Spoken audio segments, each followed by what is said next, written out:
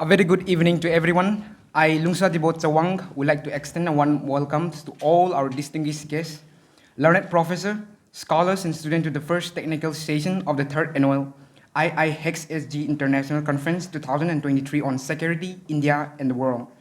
Ladies and gentlemen, today we are truly honored to have Dr. Sneha Bhagat, who is an assistant professor at Center for Canadian, US, and Latin American Studies, School of International Studies, Jawaharlal Nehru University, New Delhi, to chair this session. And also to co-chair this session, we have Dr. Mita Howladar, who is an assistant professor at Jadavpur University. We are really privileged to have you, ma'am.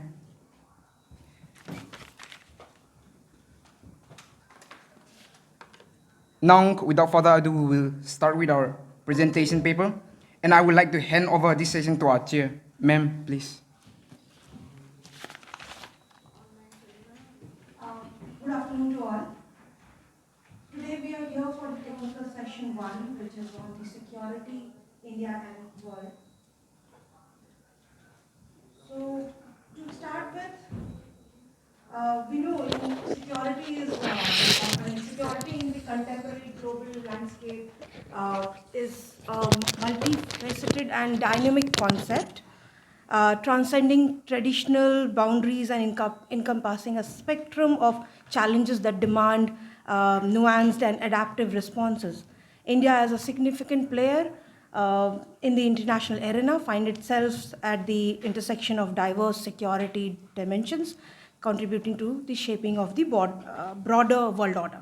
So today we have some co-presenters with us, but before that, I would like to welcome our co-coordinator, Dr. Mita Howladar, who's going to talk about the honor killing and the social death in India, critical analysis. Do you want to sit here and? Okay. Yeah. Comfortable with standing.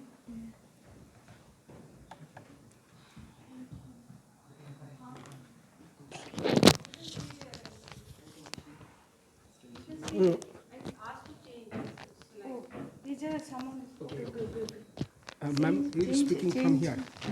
Yes, yes. Dr. Mita, you have 6 Next. Okay. Dr. Mita, you have 6 minutes. Okay. 5 Okay. Very good afternoon, respected honorable dignitaries and other dignitaries. They are presented in our halls. Today, my topic regarding say something about this honor killing and social death in India. Next, honor means there is a dignified words for honor in kind of male or female or any other things. Next, this coordinating word is honor killing. So, how honor killing in respect of the other opposite word is honor. Next please. Next slide. Then, how to establish some objectives about this honor killing. We try to inform people about this danger of words honor killing. Know how to examine the idea of human honor, to identify the origins and the effects of honor killing, and to identify the honor killing in respect of the Indian culture. And on the basis of to overcome this honor killing in respect of this word. Next. So, these are different types of methodology used for the observation and analysis about this word. Next. In this process, next, the honor killing is origin from the concept of one kind of shame. Shame, this word. The shame is all over the same, but this is particularly used on the basis of your violence in respect of the young generation, particularly in the female candidates. Next one is the different types of study and observation on the basis of this honor killing. Here we show the different types of state-wise cases of killing by kin. There is some is the India in respect of the Maharashtra, Jharkhand, Uttar Pradesh, Delhi, Haryana, Punjab, and other Gujarat and Uttarakhand. Next, the different causes in respect of our present situation, how to origin or develop the honor killing. Next, the different types of causes, we discussed it very briefly. So in respect of the honor killing, in there are unknown male or female or young generation, known faces, gay relationship, and the disobeying on the present situation, attitude, addressing and refusing the some kind of traditional opinion of your respective families. Next, there is the some victim in respect of Indian and whole world society.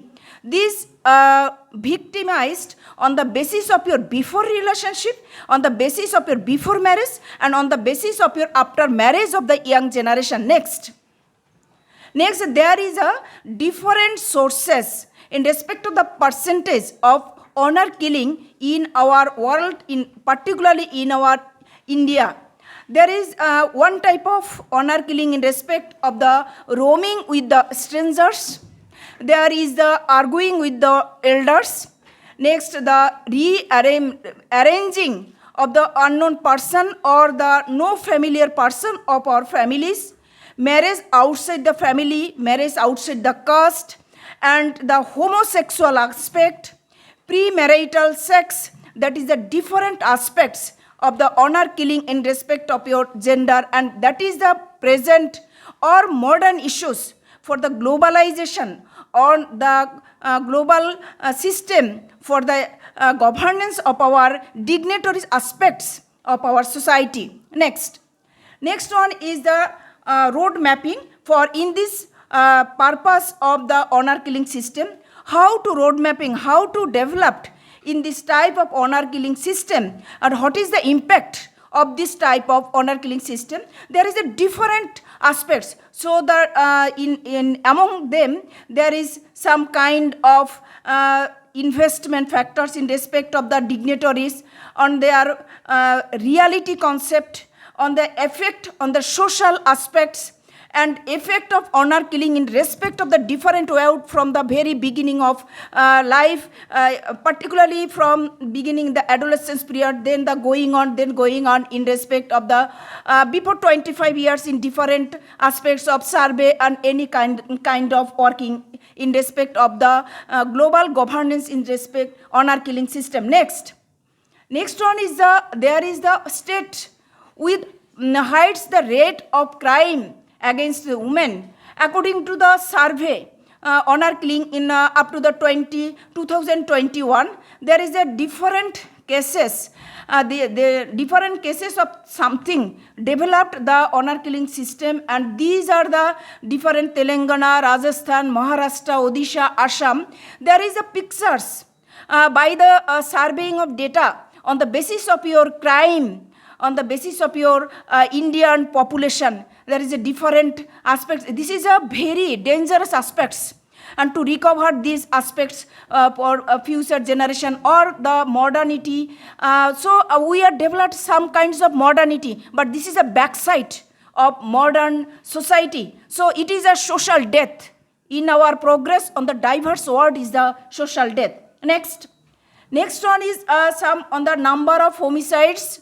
By showing from the 2004 to 2021, it is a whole world similar picture, but this is observed, and this data is collected in the basis of your Canadian working system, and this is a more or less whole picture of this world. Next one is the different impact on the basis of our society, impact on our society in respect of the honor killing. So after effect, first one is the depression. Depression is the most important word.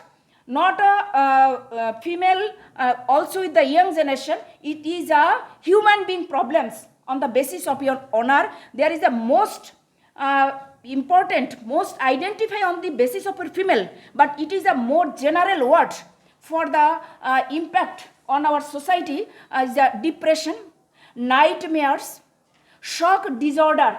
Every time each one This is a shock disorder at night, at a roadway, at a journey in traveling system, or somehow this is a shock disorder. Anyhow, anything happened to my honor.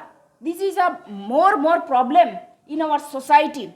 Then isolation is one of the most important things on the basis of your social death in our modernity. Isolation is most important. This is a more analysis for your development of our society. And so I am next word is telling about the self-blame. These are all things to me. These are all claim is me. No, these all claiming me to me. This is a social death. This is a social death to individual. This is a social death of your family. This your social death is your environment and whole things of our India and whole world. Next, the last, the impact on the suicidal effect. This after this different impact, finally we are suicidal effect. The suicidal effect, most adverse word, most adverse effect on our country is the modernity. The modernity and suicidal death and social death. These are also correlated. So the awareness developed regarding the honor killing for the development of our society, for the development of our country on the basis of your progressive and positive modernity of our India. Next one is the different kinds. We are all things try to positive attitude for our humankind. So we try to some laws. These laws are developed by the Indian Constitution. We are abide by this law for the controlling or positive effect on the basis of your modernity or humanity or on the basis of your social death. So from the very beginning, 1954, there is the developed the special kind of Marriage Act for the controlling of our social death by the effect on the basis of your human death or human relationship, or on the basis of your marital aspects, and on the basis of your different types of dissolving system of honor. So the granted policy for the developed any kind of institution, any kinds of laws for the positive effectiveness to recover this type of honor killing system. Next, this honor killing is also the impact on the whole community. So for the development of our community, of our human beings of the whole world, there is the central and state governments of the initiative enforce, and there we also need to develop the awareness program for the positiveness developed in respect of the modernity and develop our dignity in all levels of human beings, particularly in the female, and the conception overcome about this female. These are also human beings. These are all also dignified personality and human being in our society. So although for this purpose we need the governmental issues, these need a compulsory issues for the development of the positive effect in respect of the modernity. Next one. So the impact on the basis of your or 1 or 2 minutes, according to the section 300, also this type of laws and legislation for the improvement of the dignity in respect of human beings, all acts of violence, it is maintained by the different kinds of the institutional law and curriculum and other things. This is the compulsory issues in our curriculum system. Next. So the awareness campaigning implementation through the education system, there is the most aspects in our education is a backbone of our development from childhood to every lives. So these are awareness, these are also things developed through the compulsory act on the basis of your curriculum and through the Indian education system. These are also need for the development of our dignity in respect of gender and for the globalization of the human activity of the human honor in respect of the honor killing system. Their death of honor and develop the modernity and develop the respect of our human beings, particularly the female candidates in respect from the early childhood of the stable kind of your lives. Next. Next, this is one of the most violent crimes. It is controlled by the reports on the basis of your government and any other kinds of groups, individuality. I also told the honor is developed individual persons, his family, then your locality, then your state, then your nationality, then your internationality. Next. Next. These are next slide. One of the continuation in respect, next one, one of the most horrific types, this is the honor killing system.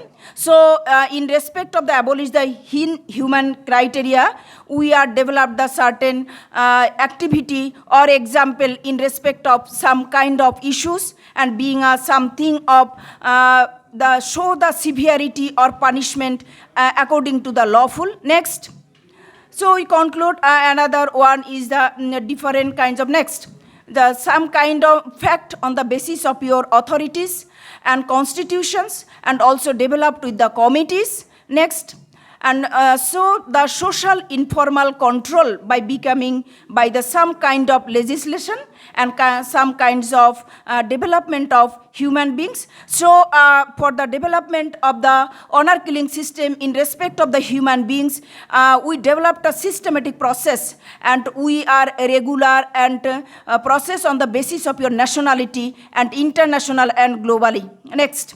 So we hope we are overcome this crisis and we established our dignity on the basis of your education system and different types of campaigning, program, awareness.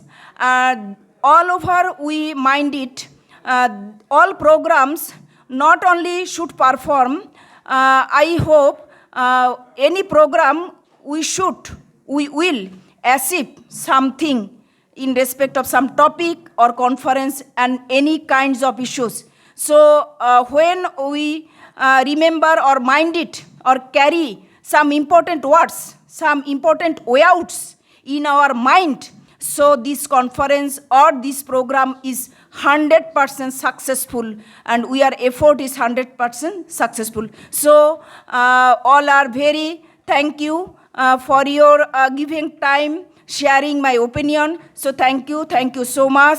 Namaste. Thank you, Dr. Mita. Thank you for this brief presentation and coming out with facts related to rate of crime, scenario of honor killing, homicides in Canada. Thank you. So now I request all the paper presenters to stick with the time because we have the Cris, Fernando, Anand, Perez.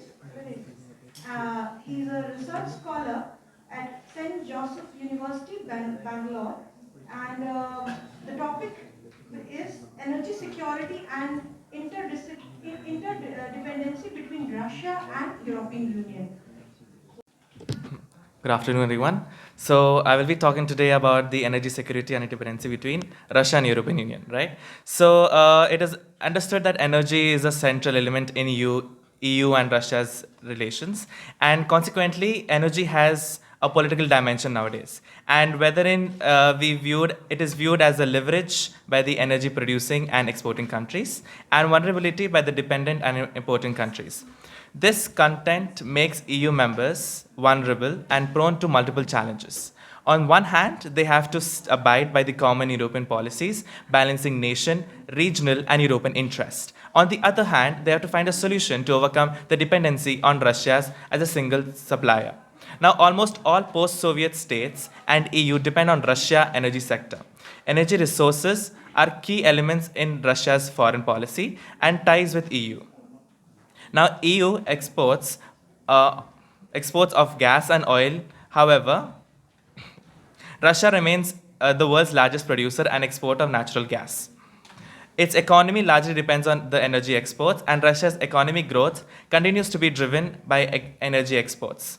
Now, most Russia's exports, 78% to be precise, are intended to European markets, mostly in Germany, Netherlands, and Poland. Now, along with the natural gas reserves in the world, Russia is the largest producer and exporter of dry natural gases.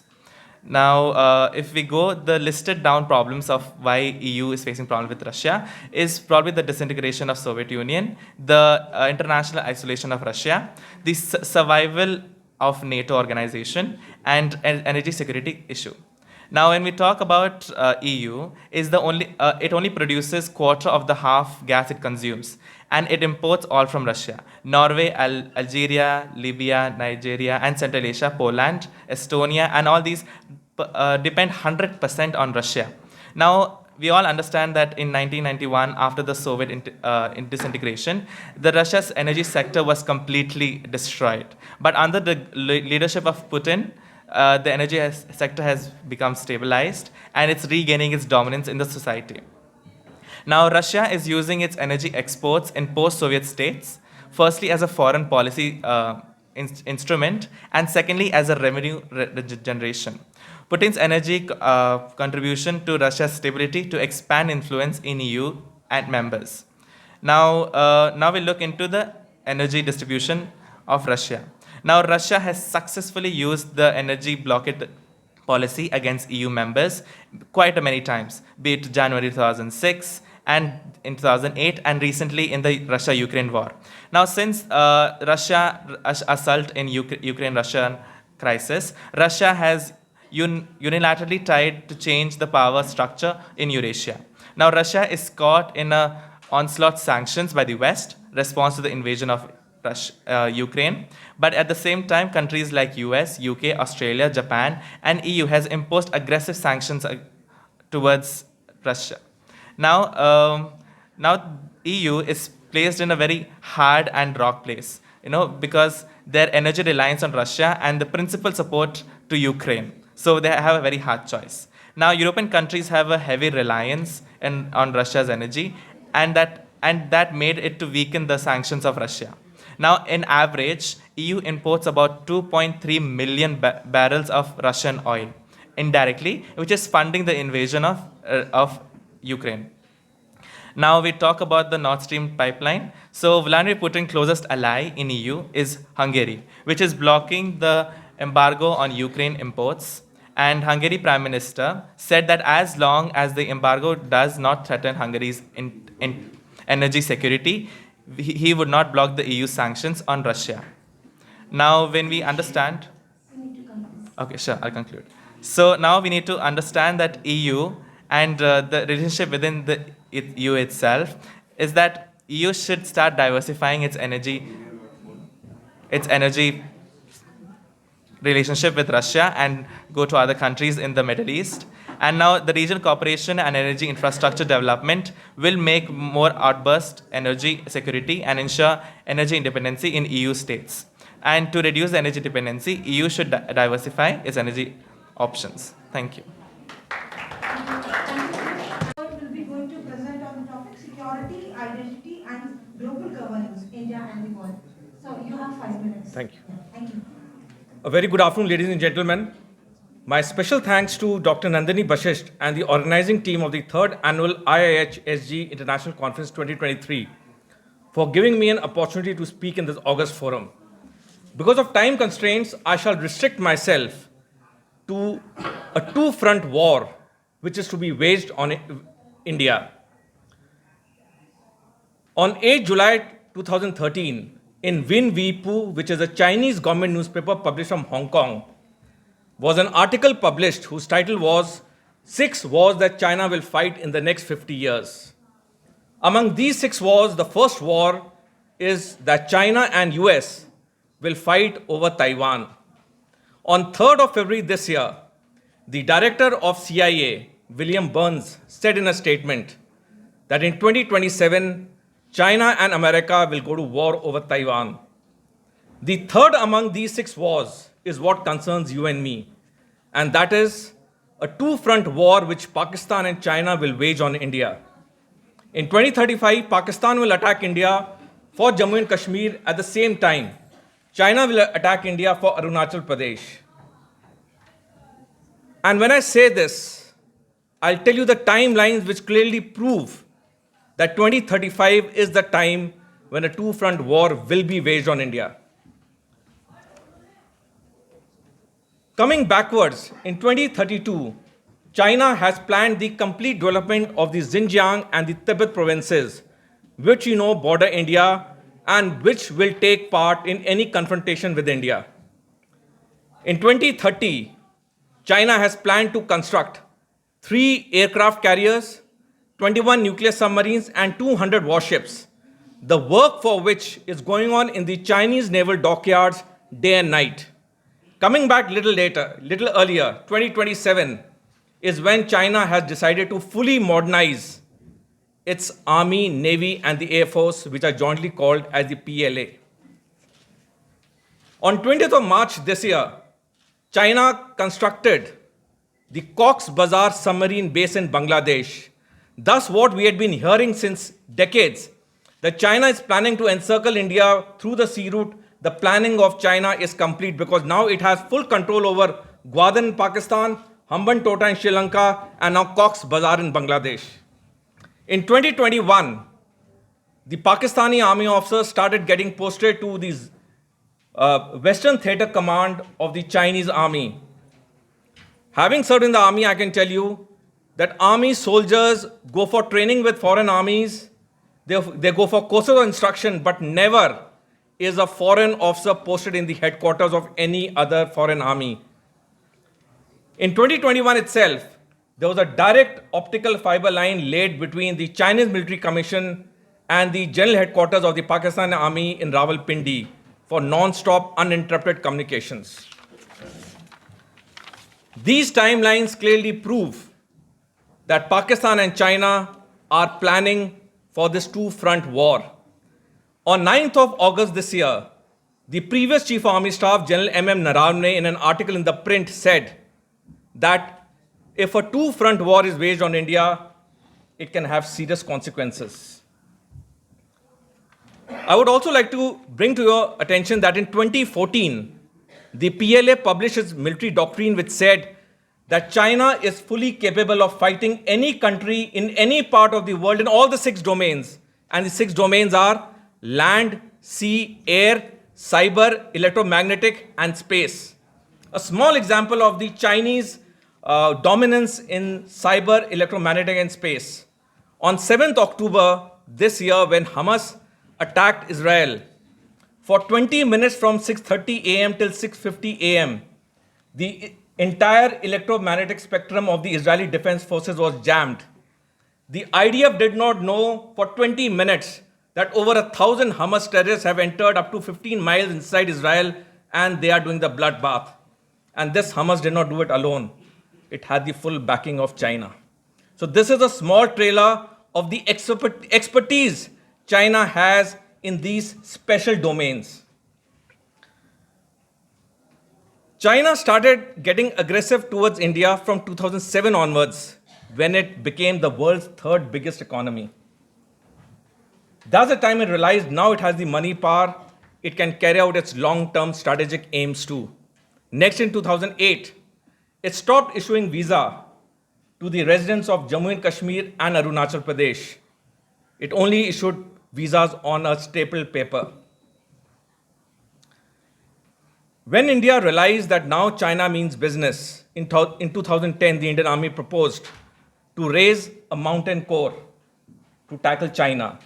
The raising is complete. The mountain corps is in place somewhere in the northeast. Okay. Since I have a paucity of time, I'll just take one more minute. Barack Obama, as the US president, on 21st December 2011, announced his famous policy called Pivot to Asia, after realizing that China, having become the world's 2nd biggest economy in 2010, would now mean business. And thus, the focus of the Indo-Pacific region came into being, and we are seeing subsequent developments. Since I have paucity of time, I cannot go deeper into it. But the fact remains that as we study more and more, there are clear signs that 2035 is the time when China and Pakistan have planned this two-front war in India. And just one last point, it will not be limited to a two-front war.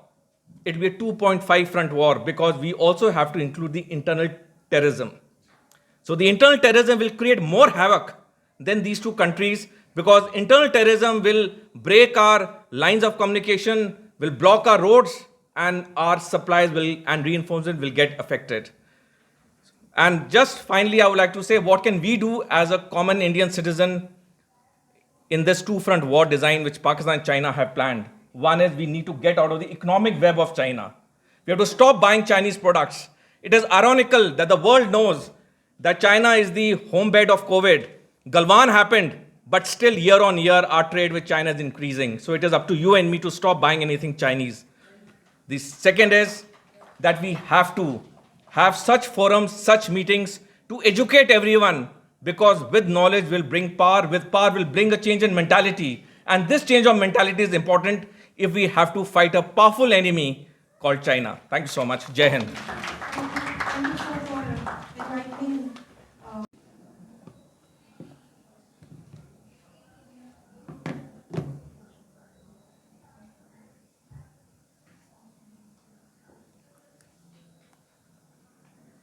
Good afternoon, I'm Shaka, and today I'll analyze the key highlights for Washington Consensus versus Beijing Consensus. The presentation begins by the next slide.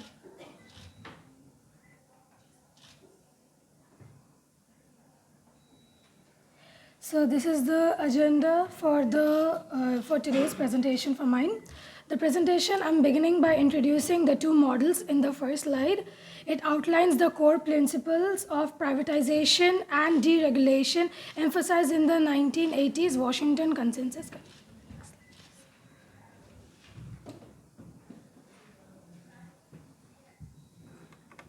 In the 1980s Washington Consensus versus the state-led approach for the Beijing Consensus coined in 2004 by Joshua Ramo. The subsequent slide, next slide. Yes.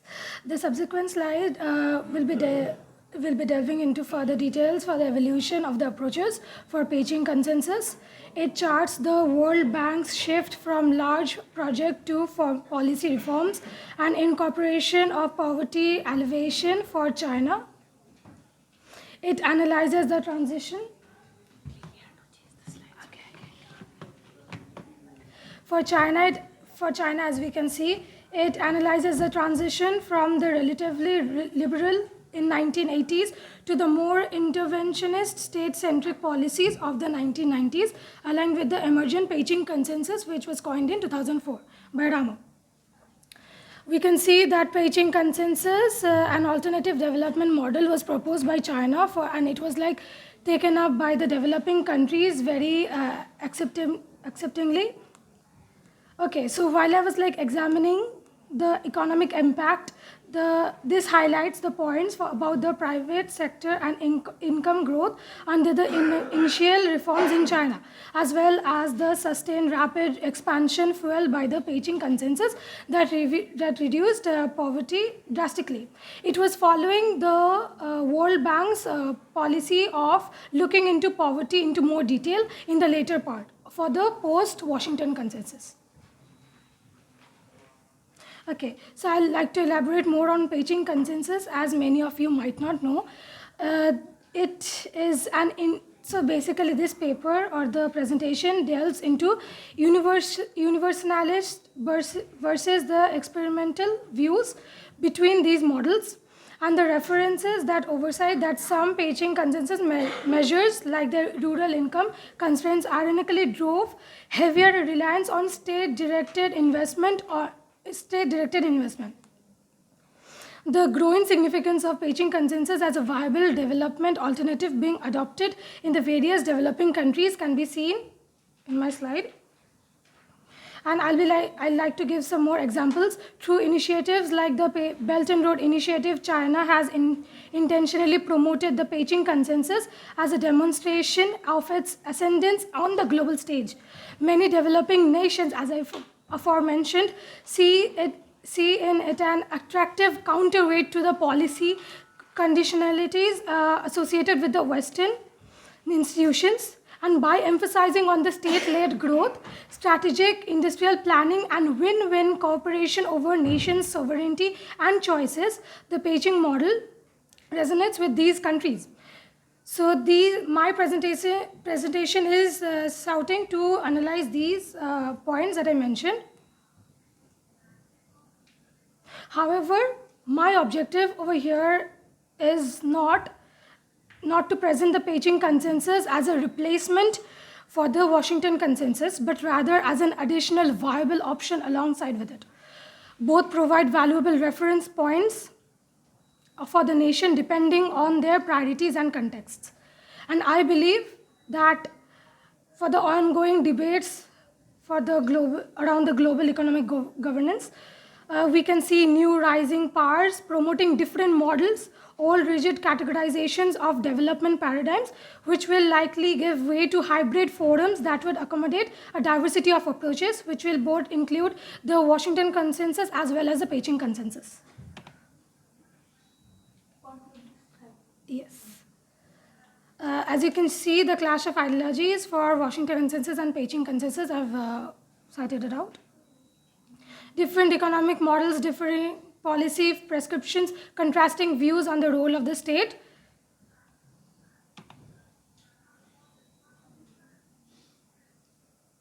So as I've aforementioned, these are the advantages of Washington Consensus, promoting market efficiency and economic growth. Advantage of the Beijing Consensus is focusing on social stability and balanced growth. Critics of the Washington Consensus include it leads to inequality and social unrest. Critics for the Beijing Consensus include limits individual freedoms and stifles the innovation.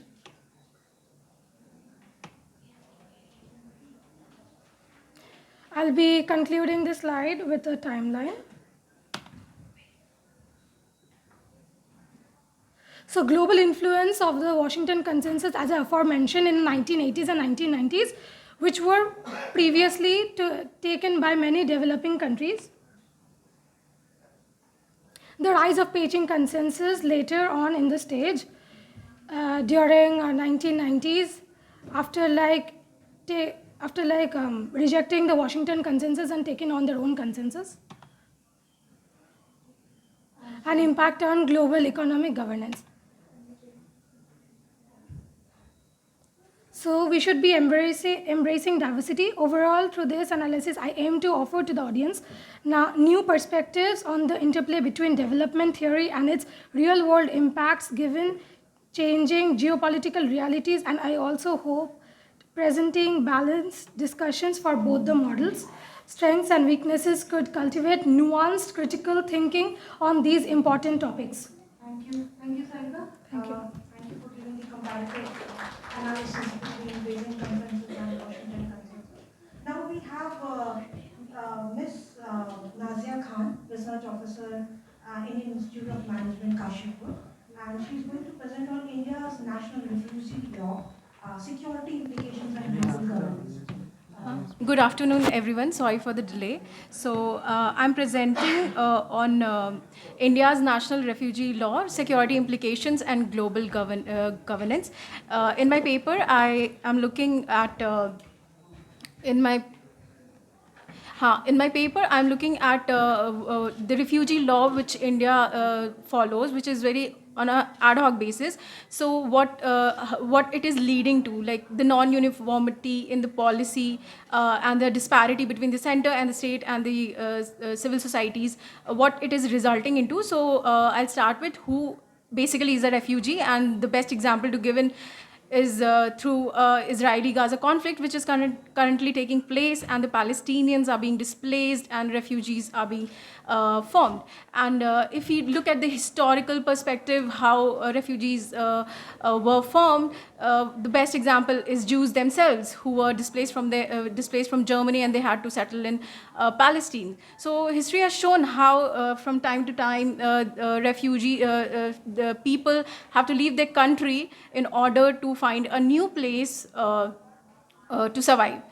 Now, refugee has been defined through 1951 convention, a person owing to a well-founded fear of being persecuted for reasons of race, religion, nationality, membership of a particular social group, etc. They had to flee to other country, and similarly, the 1951 one convention led to 1961 protocol, as there were a lot of limitations which 1951 convention had. So in order to broaden the refugee law, international law, because there were many humanitarian aspect to it which was not considered. So this led to 1961 convention, and now basically refugee law is largely a humanitarian law.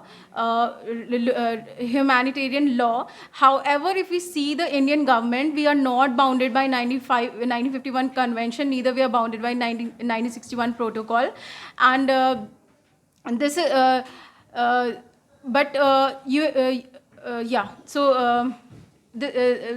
this is the case. And then looking at refugee policy of India, we see that it is signatory to Bangkok Principle on Status and Treatment of Refugees, 1966, which it agrees on non-refoulement of refugees.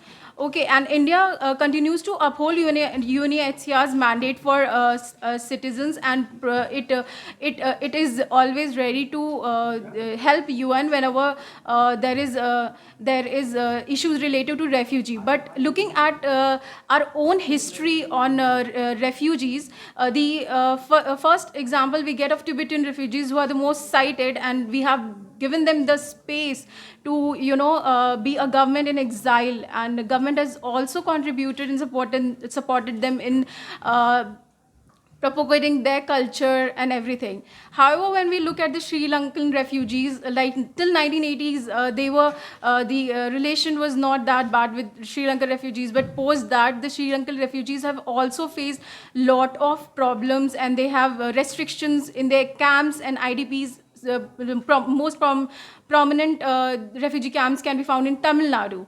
Now, coming to the refugees from Myanmar, this is the current refugee influx which is happening in India, and there have been 3 waves with respect to it. First was 2012 due to exodus of Rohingyas because they were facing violence over there, and 2017 again Rohingya influx took place from northern Rakhine because of the ethnic cleansing which was happening against them. And the third exodus we see in 2021 military coup which happened, in which most of the Chin community from the neighboring Myanmar border fled towards India. So when this happened, we can see how the center reacted, and how there was a disparity between center and state particularly. These are this picture I took in New Delhi only, the refugee camp of Rohingyas in Shram Vihar. So this is the condition they are living in. And I'll just talk about the 4 northeastern states which border Myanmar. So this is Arunachal Pradesh, Nagaland, Mizoram, and Manipur. So basically, Mizoram and Manipur had the influx of Chin community after 2021, and that was the time when center was not willing to take those refugees, and they wanted to close the border. However, we see that the Myanmar refugees, even in Manipur, when the violence took place, Amit Shah claimed that this violence was a result of the cookies which are coming from Myanmar, but this they had to retract because the the party, civil society working in Manipur, they objected to it, and so they took this back and they said no, they didn't mean it that cookies community are coming from Myanmar, are involved in the violence. And the other hand which we see is the Mizoram government. Just one minute, this is the most important thing I wanted to say. The Mizoram state actually wants to help the Chin community because they share a close bond with the Chin community over there. there. So we see how the Manipur government has reacted, state government reacted, how Mizoram reacted, and how the center has reacted. So there's a non-uniformity in the policy towards the refugees. So I look at towards from two perspectives: humanitarian approach and security concern. Both needs to be balanced, and because of course refugees is a security concern, then there are natural resources which is a burden, and then there is a changing demographic character of the northeastern states which are bordering Myanmar and Myanmar. So these are the concerns which India needs to look at, and we don't have a defined refugee also. We haven't defined refugee. We term as illegal migrants. So for me, the observation which I have that in the wake of CA also that government has implemented, we need to. Okay, thank you so much. Yeah, thank you. Thank you, Dr. Mita, for making a brief presentation on refugee crisis. Now, due to some emergency, we need to call Sujit R. He's a research scholar from Sikkim University. I'm going to present on strategic autonomy in the era of great power rivalry, India's approach. So, Sujit, you have 2 + 1 minutes. Kindly stick to the time. Sujit.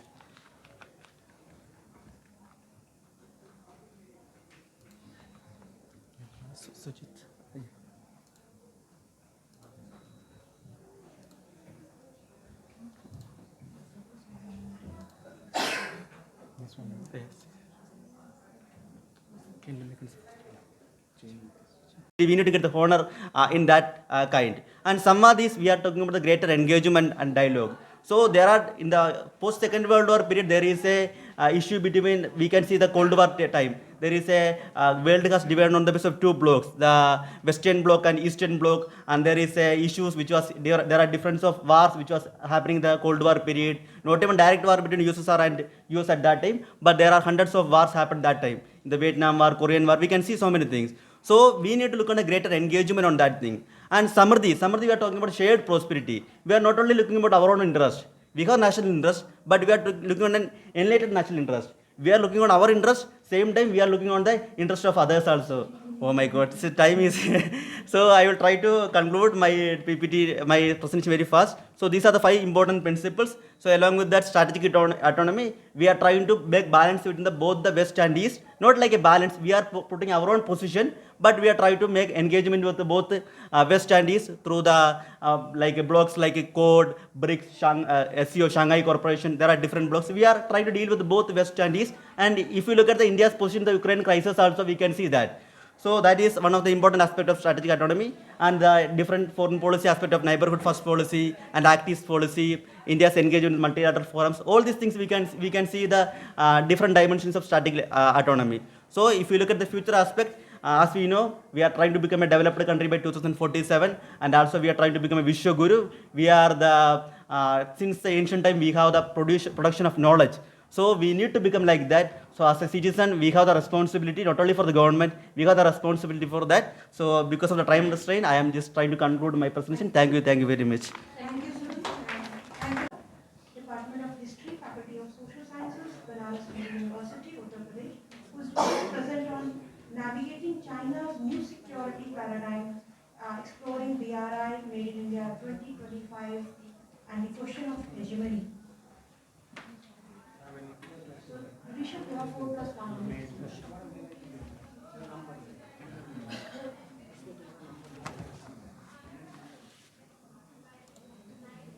This one?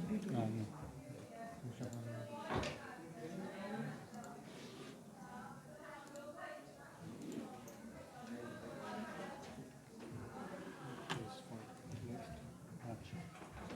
Good afternoon, everyone present, respected chair, and all the delegates.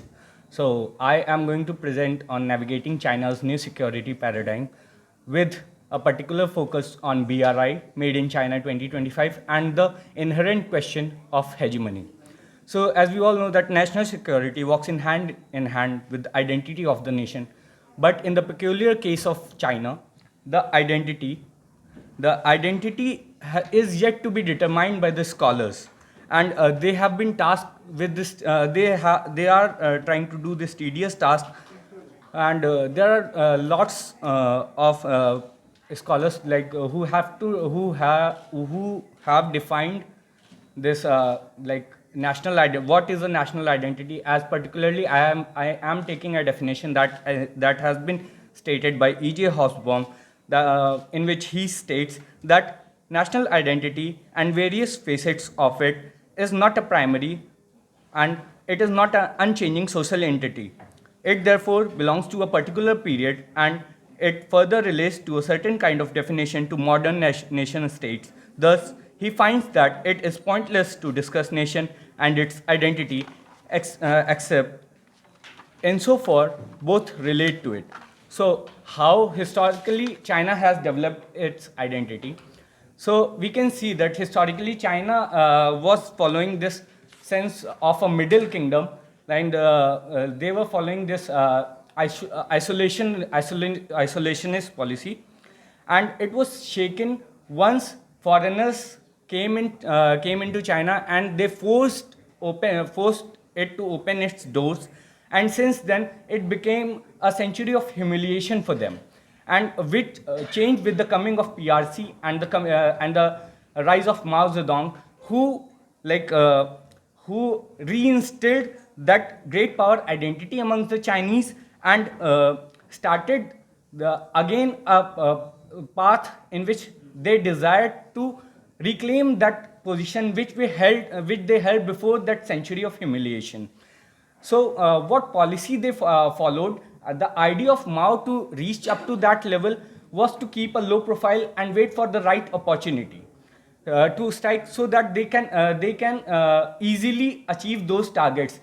And his successors keenly followed the idea that was set by Mao. Like Deng Xiaoping also followed that same strategy, but with the coming of Xi Jinping into the power, he changed from the keeping of a low profile, he changed it to a striving for achievement.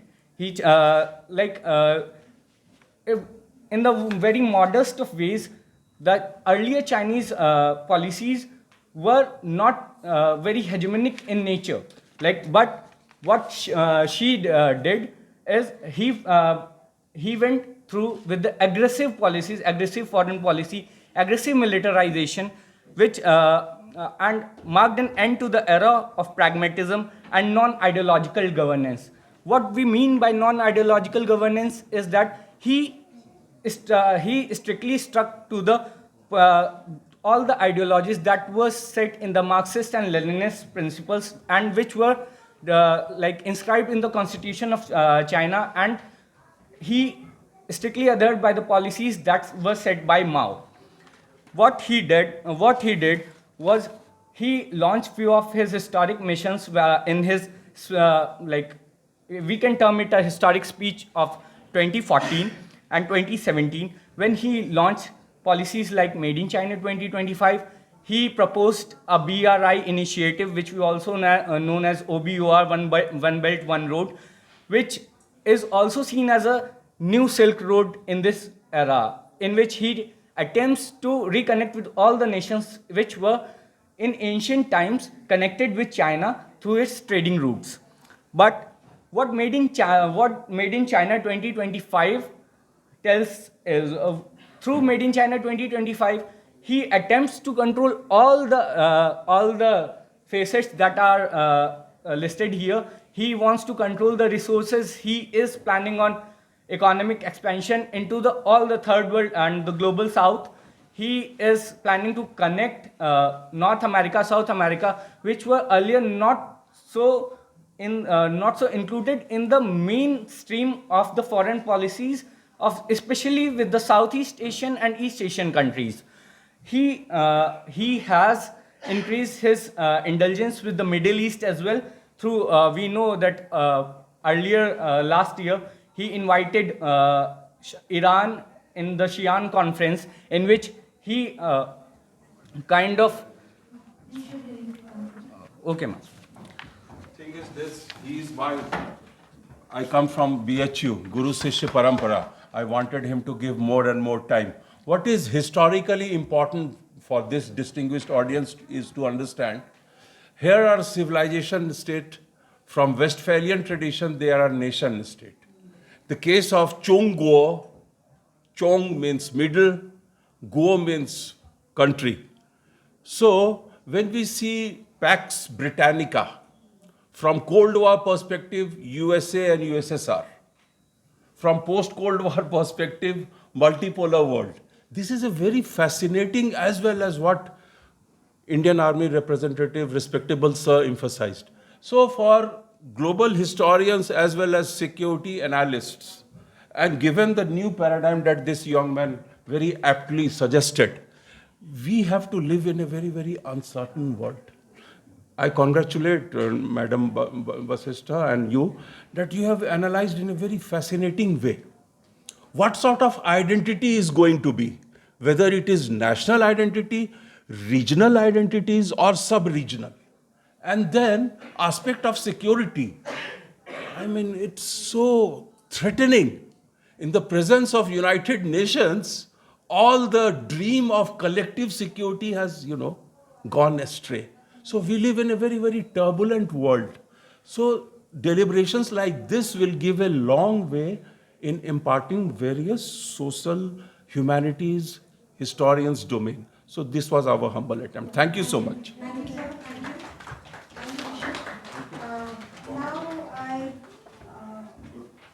Now we have Ranjini, PhD scholar from IIHSG for Women, and she's going to present on social.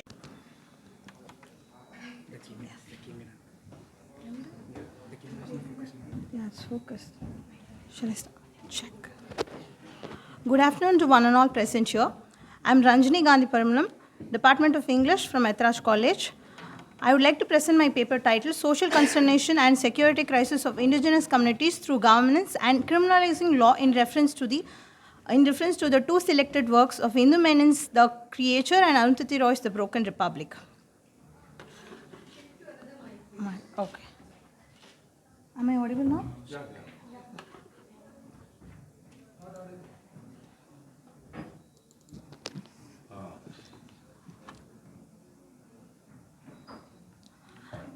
I would like to begin with an introduction of tribal population around the globe.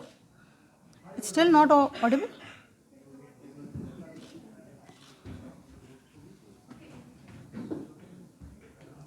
Yeah.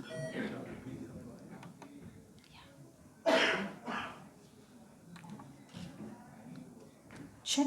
Yeah. Good afternoon to one and all present here. So I would like to begin with the tribal population around the globe. It's almost 370 million people across the world with different kinds of communities' names. And they have different kinds of name according to the regionalism that they belong to and also country in modern terms. And as in India, there are almost 8.6% of the country's population according to the census of the government and the administration, last check from 2011. And their collective terms for every community from different bioregions, as I've already mentioned. And some of the names can be Vanavasis, Kartvasis, Madaivan Makkal, nature dwellers, and Vanaya Japatis. A lot of Adivasi communities are actually a substantial minority in India. But there is also another fact known as that a lot of minority communities, as they are mentioned after the post-colonial period, are left out from the list of the people that they are actually tribal roots, who have tribal roots. And their livelihood mostly depends on nature, but they are also are actually a part of all kinds of center and peripheral. They are spread out in an ecosystem from time immemorial. History has always displaced and given a lot of changes over environment, technology, development. But these people have always been very adaptive to all kinds of changes that has happened over history. And most of their lifestyle is only to sustain and also to upgrade the aspect of bioregion, biophilia and topophilia, feeling that oneness among the all living forms and also with the land that they belong to, anybody that belongs to, and they mostly try to sustain and enrich the agro-environmental practices like in farming, cattle rearing, animal relationships. For example, for example, if this is, let's consider this as a life space, then we are all connected as an ecosystem. And I cannot be only generally be related to all the human beings, but I will also be connected to all the life forms in any kind of relationship that is possible and cordially peaceful and mindful dwelling of any life space. As you can, as the picture through photographic text explains, these two books talks about the importance and significance of a life space and how we must handle it and how it has through history has been mishandled. Both Arundhati Roy and Indu Menon's work are a decades gap. For example, Arundhati Roy's Broken Republic was published in 2013 and Indu Menon's the book, The Lesbian Cow and Other Stories actually was published a decade later. But it brings out the common thread of ignorance that has been inflicted on the indigenous communities, particularly in India, who are strategically hamleted often through law. Not intentionally, but at times partially intentional and unintentionally, they have been strategically hamleted through law. As every picture demonstrates the exploitations and also violation and violence inflicted on them. Every picture will speak to you symbolically of how they are forced into wars but not wanted to have a war. For example, Arundhati Roy beautifully brings in her work with her encounter with the insurgent wars and the people involved in it and her journey through it. As in art forms, many performance art forms, they say marabu kattal and marabu meeridal. Means when you learn a skill, you practice and you excel in it, and once when you excel in it, then you get the freedom to outsmart and upgrade and also bring a upgradation to it. That's what is the idea of indigenous communities in any part of the globe and particularly in India. But these people are through history, for example, the great tribal warriors of Bharat, published by Tuhin Sinha, brings out a lot of tribal warriors who helped in both independence and also the exploitation of the colonizers, who were actually promised land after independence and still are yet to get it. Again, so there are a lot of misconceptions and blindsided history that people are yet to come across about the indigenous communities in India. As all the pictures in my PPT represents the silenced conditioning of these indigenous communities, which is happening in every era. For example, every decade there is a turnover or a violation against these indigenous communities that has exponentially also affected all the mainstreams of a country in the name of digital India, practically. And I would also like to mention that these people are often displaced and also migrated to different places in the name of dam building and a lot of, for example, Dantewara forest is the war going on, that is going on in Chhattisgarh and many parts for the ore called bauxite, which cost millions and billions and trillions over the international markets, which is brought out by Arundhati Roy. Again, there is capitalism coming. So I'd like to move on to the next slide. We'll talk about symbolical representations of many exploitations against that is happening against the life spaces and the people related to in sustaining those life spaces. I would like to throw only a short Cris point about how rape has become the survival point of all genders. And it's not only against women, that's what Indu Menon subverts the idea of gender and the rape against them. So in her short story, there is a rape that's happening against a tribal to portray him as not as a witness, but a person against his own community. So a lot of framed narratives are being a capitalist shelved book that is being published, for which Indu Menon raises a voice. So these are all the factors that affects the indigenous communities and the possibilities. We have already crossed the So concluding it on the bridging of gaps through saving the life spaces, education and validating indigenous communities, in unsupervised forestry and demolition of mines and dams in a life space. Thus, I would like to conclude with the last quote saying that this is my favorite quote from my book, from a book published in 2017, Walking is a Way of Knowing, from a Kadar tribe. He says, there is a big difference between us and the outsiders. We pray that nothing should come our way, whereas they pray everything should come and stand right in the middle of their trail. They don't realize the dangers. This is when an outsider goes into forest. Thank you. Thanks for... So a very good afternoon to all of you, the respected chairs, all the delegates who are present over here. So first of all, I'm going to present this paper on exploring the nexus between regime types and human security. I will just, as the time is very limited, so I will just give you a very brief idea about my paper. So before that, let me tell you something about about human security. You all you must be knowing that what human security is all about. But the most important thing I think in today's world is that as we are living in a very uncertain world, two important challenges in securing human security are the economic inequalities and the climate change. And here, I think most of the countries, they are struggling. If you look at the democratic countries also, and if you look at the authoritarian countries, so both are struggling over here. And this is a arena, I think, where we need to act cooperatively. We need cooperation to secure this security, which are coming under the environmental security and economic security. And I think these are the two important securities on which are two important components of human security that needs to be safeguarded. And as we know that this concept actually emerged in the 1994 United Nations Human Development Report, but most of the countries, they actually didn't take any comprehensive policy to deal with it.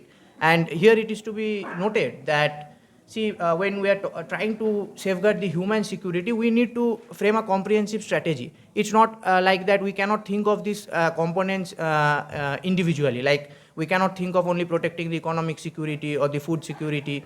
So all the 7 components, mainly that has been mentioned in the 1994 United Nations Development Report, like economic, food, health, personal, community, political, environmental, all this security actually needs to be protected to ensure the human security of the individuals. Because a lot of time people are only thinking about protecting just 2 or 3 components, and they're of the opinion that these are the main components. But over here, nothing is like main components. All the 7 components needs to be protected.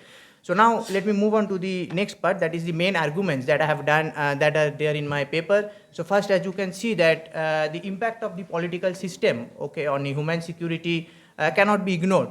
As we can see that human insecurity are prevalent in both the regimes, whether it is democratic or authoritarian. But compared to authoritarian regime, the democratic regimes are much more secure in terms of human security. Now, simply switching off regimes cannot actually enhance the human security.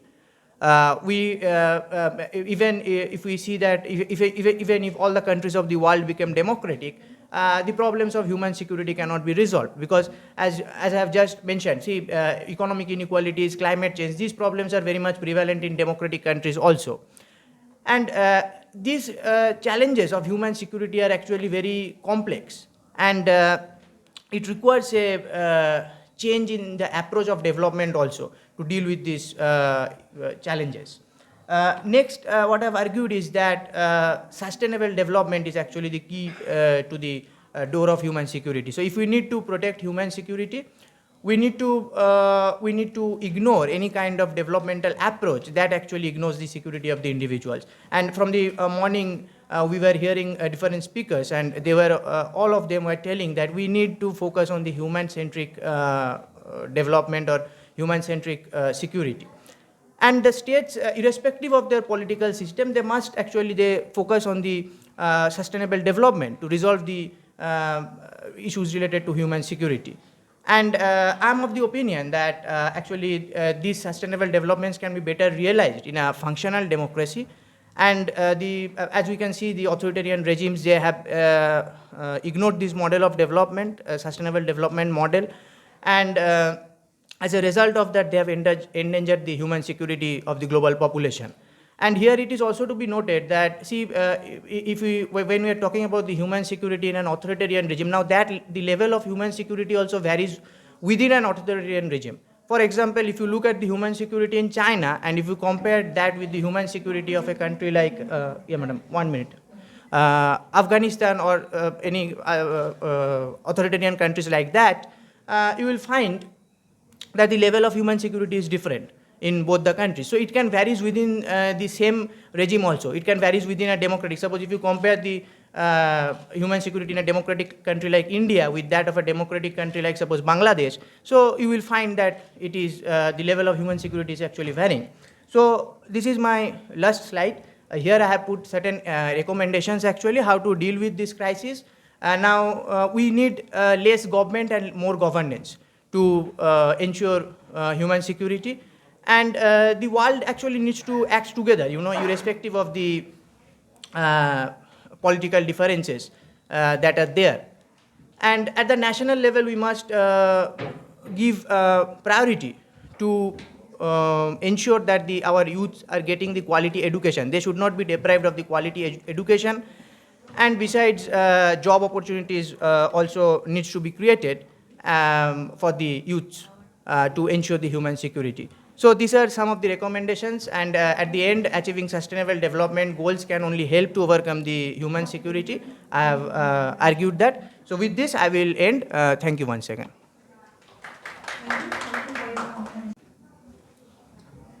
Hello everyone. Thank you ma'am for this opportunity. My topic is blue economy and fishing sector.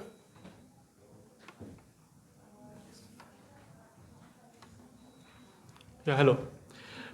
My paper topic is blue economy and fishing sector, maritime security challenges and opportunities in Indian Ocean.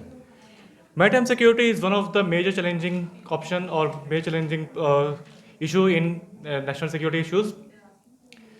If you go to back to the history and read the quote from or read the issues from A.T. Mohan, he has talked about how the nations in the proximity of oceans or in the proximity of coastal areas, they are facing problems, more problems than to the landlocked countries in the issues of colonization or to be in the issues of getting attacked by different countries. So national security on the point of maritime has always been a major issue. Our own scholar K.M. Panikar, he also talked about how much Indian Ocean is required. Indian Ocean's security is important for India, so that we can make sure that nobody comes again in Indian Ocean and colonize us, because we have already been colonized for 200 years by other countries.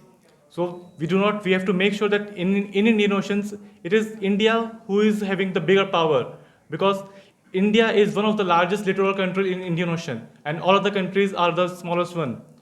Being a larger land mass in Indian Ocean, we have to make sure that we are the superpower over Indian Ocean. Otherwise, if any other country who come over and become a powerful country in Indian Ocean, then India will become a subordinate or a colony to them in the future.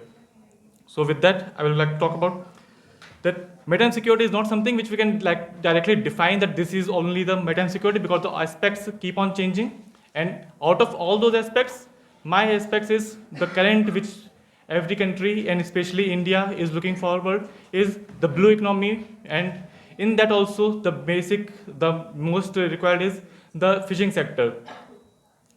Blue economy, if we talk about, it is considered about every resources which we get from the oceans, whether it's natural resources, food, or our transport. Every single issues come under the part of blue economy. It is not only one defined section or one defined system. It's a part and parcel of very different systems. In that, the fishing sector comes, and the fishing sector talks about how the people in the coastal areas, how their lifestyles are dependent on the fishing sector.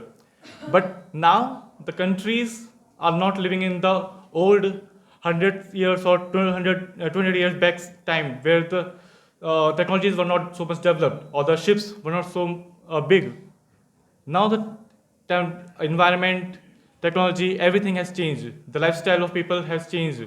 People who are living in the landlocked countries, they're also having an appetite of, or having a food style of fishes. So the system has changed now. The economic and the political system has changed. So with that, the fishery sector in Indian Ocean or into the maritime security creates an issue. Fishing sector is not only which is talking about how many fishes are produced in Indian Ocean, but also which countries are taking part and taking out the maximum fishes out of the oceans, because we have to also make sure the ocean ecosystem maintains. Our environment get degraded when we disturb the ecosystem, and that disturbance of ecosystem not only is a threat to the fisheries or to the fishes of the ocean, but to also the human. In the later on, any disturbance which is created to the environment or to the ecosystem somehow affects the human. Yeah, so with that, we have to look forward that how to make sure that the fishing sector does not get hampered, and the climate changes or the policies of the bigger countries who goes for the larger ships to exploit the ocean resources. So how to make sure that these issues are being handled? This is what my paper talks about. Thank you. Thank you so much for this lovely opportunity, and thank you to all of you for being present here even after knowing that there's such a long session. So as my paper is on, am I audible? Yeah. So as my paper's title goes, it's India's security threats and the rising military-industrial complex, challenges and possibilities. So we all know that we have been dealing with the idea of security from a two-parted understanding, which is one, we understand it as a conventional security, and the other that we understand as the non-conventional security, which is the basic understanding when we talk about security studies, right? But what happens during this idea is we see that there has been a rise in the security threats across the globe, whereby we can't just restrict ourselves of having an approach which is particularly conventional or non-conventional even while addressing these challenges, but rather we need to have a more comprehensive understanding, as the current academia talks about, that we need to look towards a more comprehensive security understanding. So what happens is that security challenges today often overlap and impact each other due to the interconnectedness, causing a ripple effect on the sectors of the security framework. For example, factors like poverty, identity conflicts, and human security challenges often leads to the emergence of non-state actors, causing a stress on the interstate relations and the rise of military responses, as we've seen over the decades. So what do we need? We require a more comprehensive understanding of approaching these so as to address both conventional as well as non-conventional ideas of security. So while doing so, we need a more multifaceted and comprehensive understanding encompassing an approach which is more conducive to both conventional as well as non-conventional aspects. And while understanding this, we also see that the impact it makes on the military sector, right? So over the years we saw, and most recently in the pandemic, we saw that though the pandemic was a non-traditional security threat to the countries or to the globe, we saw that countries were increasing their military capabilities and they were increasing their military budgets. So we see that now even countries have started understanding that we can't just be focusing on a single understanding of a non-conventional security threat, because there can be an emergence of a traditional security threat as well while we are dealing with these non-conventional security threats. And this we also saw in the military budgets of China, USA and India, and most recently in India, where in 2023 we saw that India stood third after USA and China as far as their military budgets were concerned.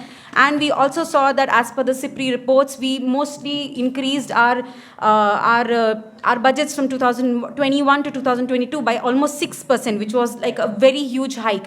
And in the last 10 years, we increased our budgets by around 47%, which again is a huge hike when we see this understanding. But at the same time, we also see that most of the expenditure was on upgrades, improvement of technology of the existing military and the weapon system, as well as almost half of the military budgets was spent on the personal payments and all the pensions that we had to pay. So we see that even though we see that for the past 2 years or for the past 10 years, we see that there has been a rise and there has been an advocacy that we need to indigenize our weapon system, that we need to indigenize our military system. So during this course, we of course are taking a lot of efforts. We have so many initiatives of the government. I'll not deal with the initiatives right now because of the lack of time, but what are some of the challenges or possibilities that the country can be hit with while doing so? One of the main important challenges that we can face is in the form of a military-industrial complex, which was the term was highlighted in Dwight D. Eisenhower's farewell speech when he was taking his farewell, and he said that, the country is not even knowing, but there is a huge military industrial complex, which is a nexus between the military sector, the industrial sector, as well as the policy making or the government sector, and there is a nexus between them.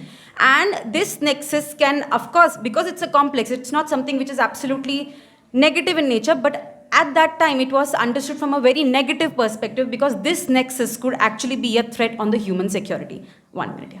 So apart from this, when we understand this, there are a lot of things that we need to keep in mind, that how do we not get into this, the negative impact, or how do we not derail from this entire idea. So for that, first of all, India needs to have a proper ecosystem so as to have a more conducive and so as to have a more accommodative technological aspect, as well as an ecosystem whereby we can focus on the transfer of technology, which we will be getting from the other countries, but at the same time develop and build our own system of weapons, which doesn't just impact all the other ideas, but also is more conducive of all the other threat perceptions that could also come in. Another very important point is that when we talk about foreign investment, we need to talk about the most important aspect, which is the terms of the trade which come in play. We need to make sure that we are not giving away everything that we have. At the same time, with foreign investment, because we see the rise of private players, we also need to make sure that we don't sign deals with parties whereby we see that there is a possibility of the transfer of technology to non-state actors. That also becomes a major threat.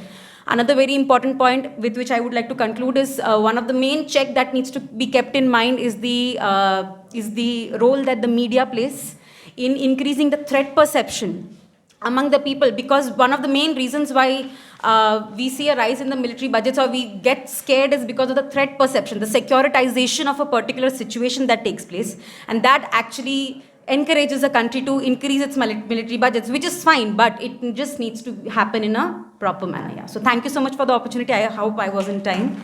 Thank you so much. Thank you for giving the presentation on this military security aspect and focusing on the economic aspect. Presently, I am pursuing my PhD from Faculty of Law, University of Delhi. So today I will be, in my presentation, I will be focusing on non-traditional challenges which we humans face. And as a possible solution for these challenges is how we can deal with these challenges through our traditional wisdom. And what are the legal challenges we are facing in a protection of traditional wisdom. So before I proceed further, let me define what traditional wisdom means. Traditional wisdom means indigenous knowledge which is deeply rooted to the indigenous people communities, which are passed on from generation to generation orally. Generally, it is passed on orally. And the present non-traditional problem which we are facing is agriculture challenges, like agriculture, we are using a lot of chemical products in agriculture. Water pollution, rapid industrialization and urbanization has led to the contamination of India's water resources. Climate challenges, global warming is causing a change in the perception patterns, result in a more frequent and severe floods and drought in our country. So there's in a traditional wisdom, we can deal with these challenges through traditional wisdom, like the indigenous communities in our countries have a forest management, like Indian tribal community possesses a wealth of knowledge about the forest resources and biodiversities. Traditional practices like a community-based forest management, sacred groves and agroforestry can aid to conserving forest and promoting ecological sustainability. Agriculture, India's traditional agriculture practices like organic farming, mixed croppings and a crop rotation help maintain a soil fertility, reduce dependence on a chemical input and preserve indigenous crop varieties. Water conservation, India has a long history of water management practices like rainwater harvesting, construction of tanks, and these practices conserve water, control soil erosion and promote biodiversity. So what challenges we are facing in a protection of this traditional knowledge? See, overexploitation of traditional knowledge is a major challenges which we are facing today. So the overexploitation of traditional knowledge has referred to unauthorized use of or a misuse of this knowledge by a third party. due to a commercial is used in a commercial purpose. The exploitation can lead to a loss of a control over traditional knowledge by the indigenous or local communities, and it often occur without any benefit sharing with these communities. Moreover, the growing commercial use of this resource since beyond the traditional context means they are increasingly vulnerable to a misappropriation or misuse. This is why holder of a traditional knowledge and many international policy makers are calling for a new policy and law in these areas. Theft of a traditional knowledge. The theft of traditional knowledge, often referred to biopiracy, discourage the holder of a such knowledge from sharing it with the world. As a traditional knowledge is a living body of a knowledge that is developed, sustained, and passed on from generation to generation within a community, often forming a part of its culture or spiritual identity. Incidences involving a theft of indigenous people, traditional knowledge, and appropriation of a culture have become a more widely acknowledged in a recent decade. This thefts can occur directly through the use of a patent law, indirectly through economic power and a culture imperialism. Protection and a promotion of a traditional knowledge involve a various ideas like a human rights, conservation of a resources, sustainable development, intellectual property rights, and a benefit sharing mechanism. So the present legal challenges India is facing in a protection of traditional knowledge are that the current IPR, the intellectual property rights system, cannot protect traditional knowledge for three reasons. First, the current system seeks to privatize ownership, and it's designed to held by individual or corporations, whereas the traditional knowledge has a collective ownership. The second problem is the protection is a time bound, whereas the traditional knowledge is held in from generation to generation. Third, it adapts a strict interpretation of invention, which should satisfy the criteria of a novelty and be capable of industrial application, whereas the traditional innovations is incremental, informal, and occur over times. For this, we need a sui generis laws or alternative laws, thereby necessary in the protection of a traditional knowledge. Yeah, my conclusion, ma'am. So my conclusion is that ancient Indian wisdom provide a holistic worldview and a principle for sustainable living. This knowledge can be synchronized with a contemporary science and a policy making, and together they can offer an innovative solution to a present day challenges, and blending the traditional and a modern, which will lead to ecological and a socially just future. Thank you. Thank you, ma'am. Thank you, Vivek. Thank you for in the Interdisciplinary Institute of Human Security and Governance, New Delhi, and is going to present on changing role of China in contemporary international politics. And the time period is 1991 plus 1 minute.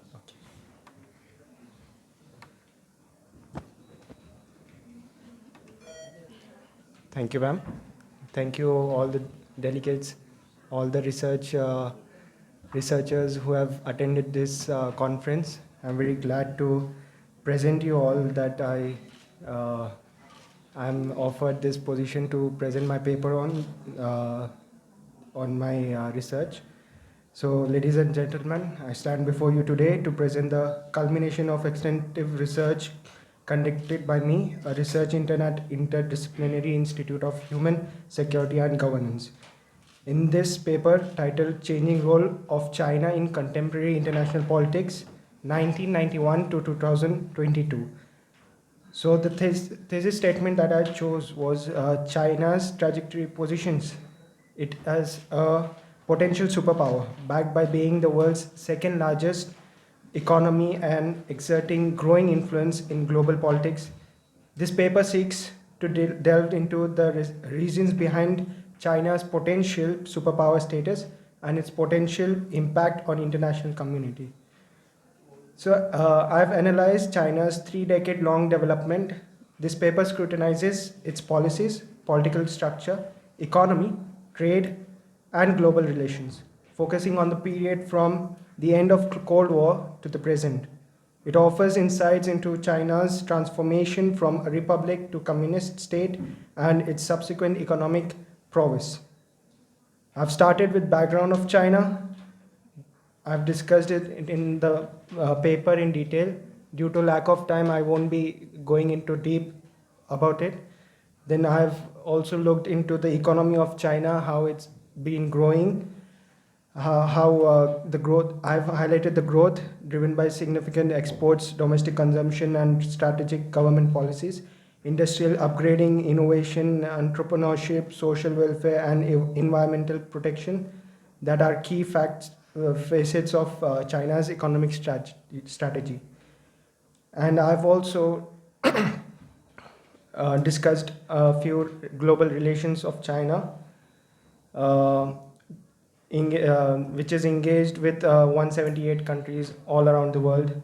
China actively participates in international organizations, emphasizing on economic and trade cooperation. Bilateral relations with India and Russia are also explored through my paper, showcasing both cooperative and competitive dynamics. I've also discussed about the future of China, how it can lead to become a superpower.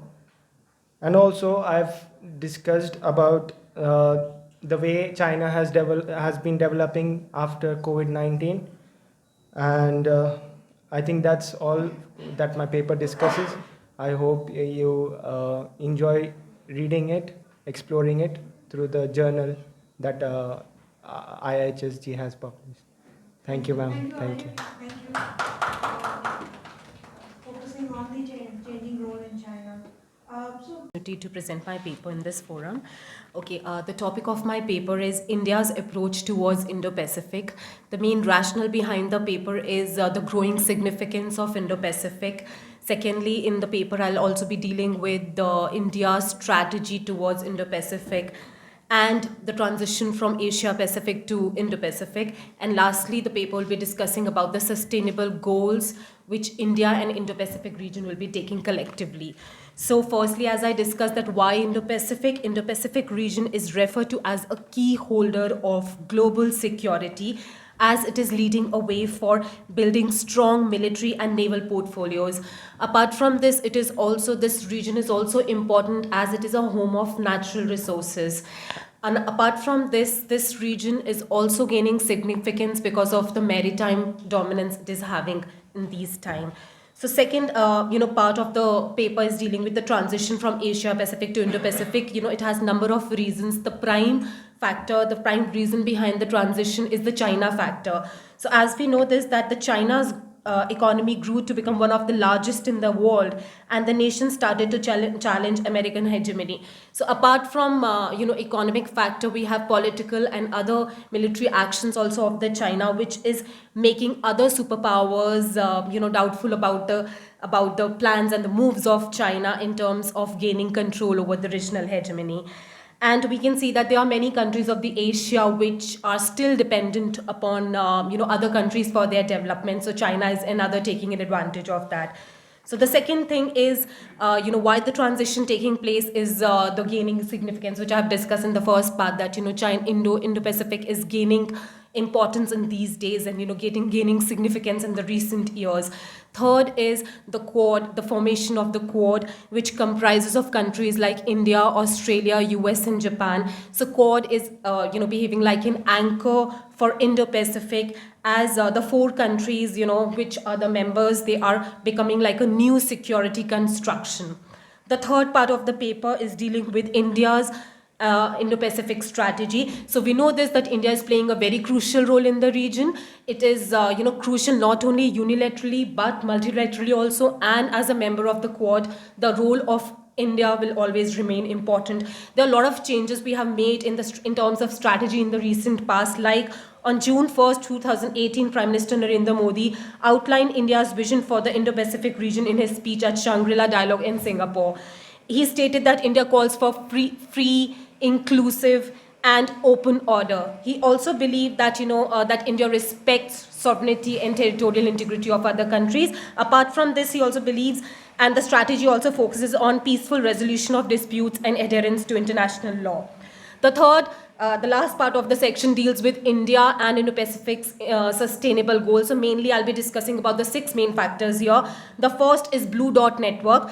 So in this, the Quad members will be, they already are cooperating in terms of maritime security, counterterrorism, and disaster relief.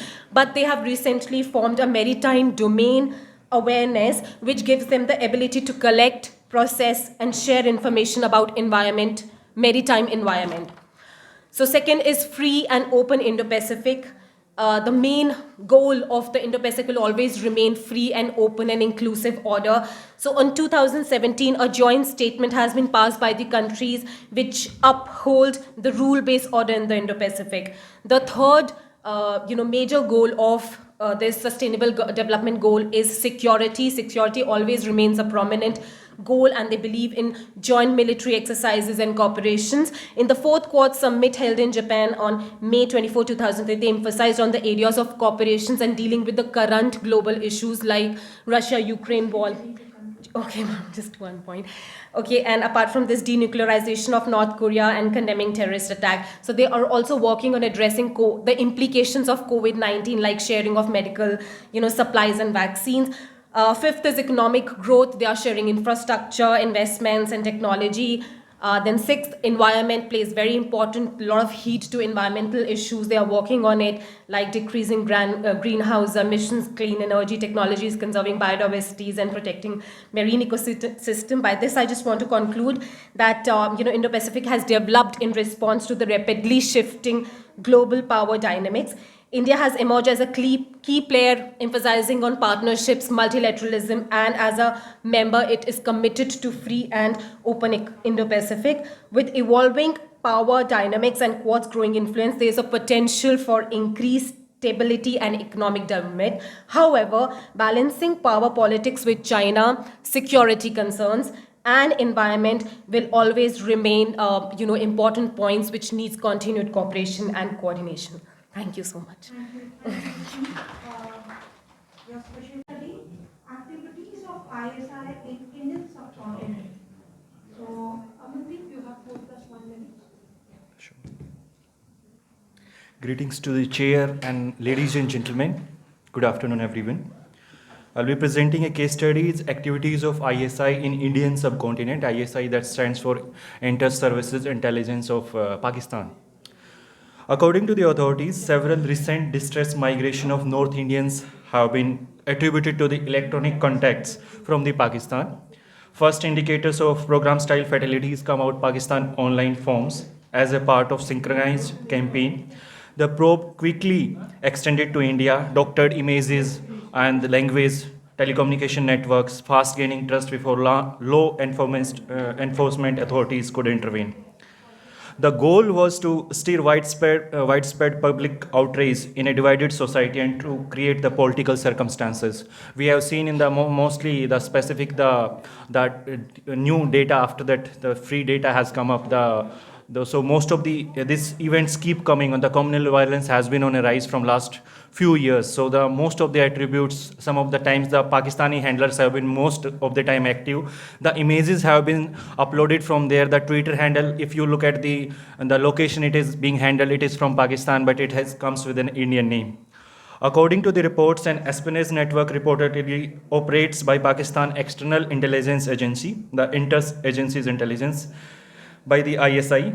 The Pakistan High Commission have been more active in making active the more bases in Colombo and the Nepal and Bangladesh also. So mostly what they are doing is they are using these diplomacy outlets also. The ISI was established during the 1947 Indo-Pakistan War due to the Pakistan military intelligence poor performance. When Zia-ul-Haq took power in July 1997, he began implementing his K2 policy. K2 was basically the Kashmir to Khalistan policy. It was basically an emotional decision they have taken. According to the arrested ISI agents, the intelligence agency's goal is to confuse Indian Muslims by using the Kashmiri Muslims to extend the ISI network in India. If you have been report 1993 bombings, Bombay bombings was one thing that happened, and that time also it was the same technique was used by them. And then the 2008 Mumbai terror attacks, nobody can forget that. It was really a painful thing. But the most of the handlers that happened to be Pakistan, and the people, they have been come through Nepal, Bangladesh. I mean to say they have used these routes because these routes happen to be more safer than ever. The participation, there have been 3 times that ISI used these techniques. One was in 1984 that disturbance that goes into the New Delhi, and this one after killing of Indira Gandhi that took place. They have used this technique. And after that also in Kashmir issue that 1999, Kargil was one. If you look at the Nepal, it has been a very good feeling. I mean to say we have very friendly relations, but that route has been used badly by them. When security analysts speak about Nepal, they do not fail to mention about how it is safe haven and route for terrorists. Most terrorists operate in India, flee to the Nepal using the Uttar Pradesh border. You just remember about anyone, most of the times they will be like, he flew to Nepal because this happened to be the most safe route. And if you look at the sources that the counterfeit currency comes into India, there are only 4 routes, that Karachi, Doha, Kathmandu, Pakistan, Oman, Kathmandu, Bangkok, Kathmandu, and Singapore, Kathmandu. Kathmandu is common. So Nepal is one. And if you look at that, we have the friendly relations, but it is like, I would like to quote General M.M. Narwane, who said, we have to fight a 2.5 front war. You are preparing yourself for Pakistan, you are preparing yourself for China, but what about if it happens through Nepal and whatever happens through Bangladesh and Sri Lanka borders? Nobody is that much careful about them.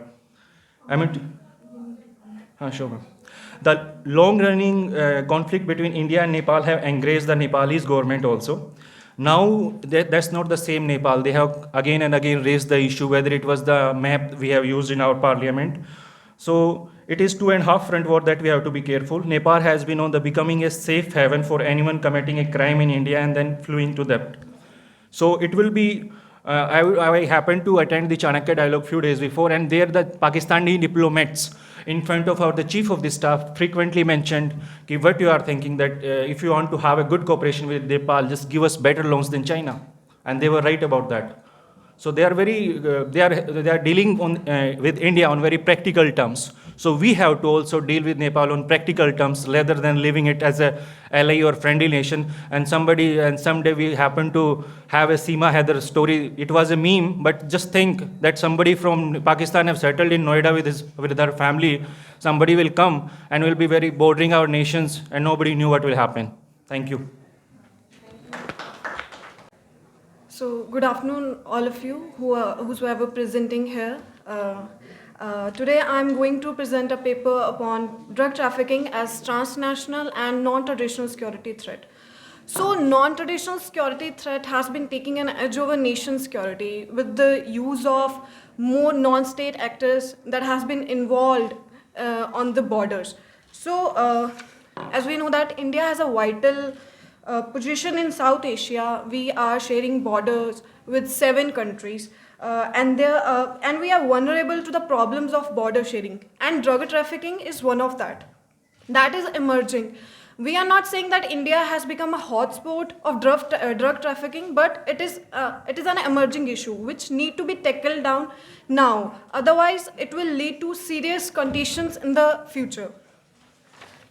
So the 3 rationale that I have been used or analyzed in my paper, the first one is it is a descriptive cum exploratory study that will analyze the recent development in the trends and the pattern of drug trafficking, that is of opium, heroin and cannabis from the year of 2014 to 2021.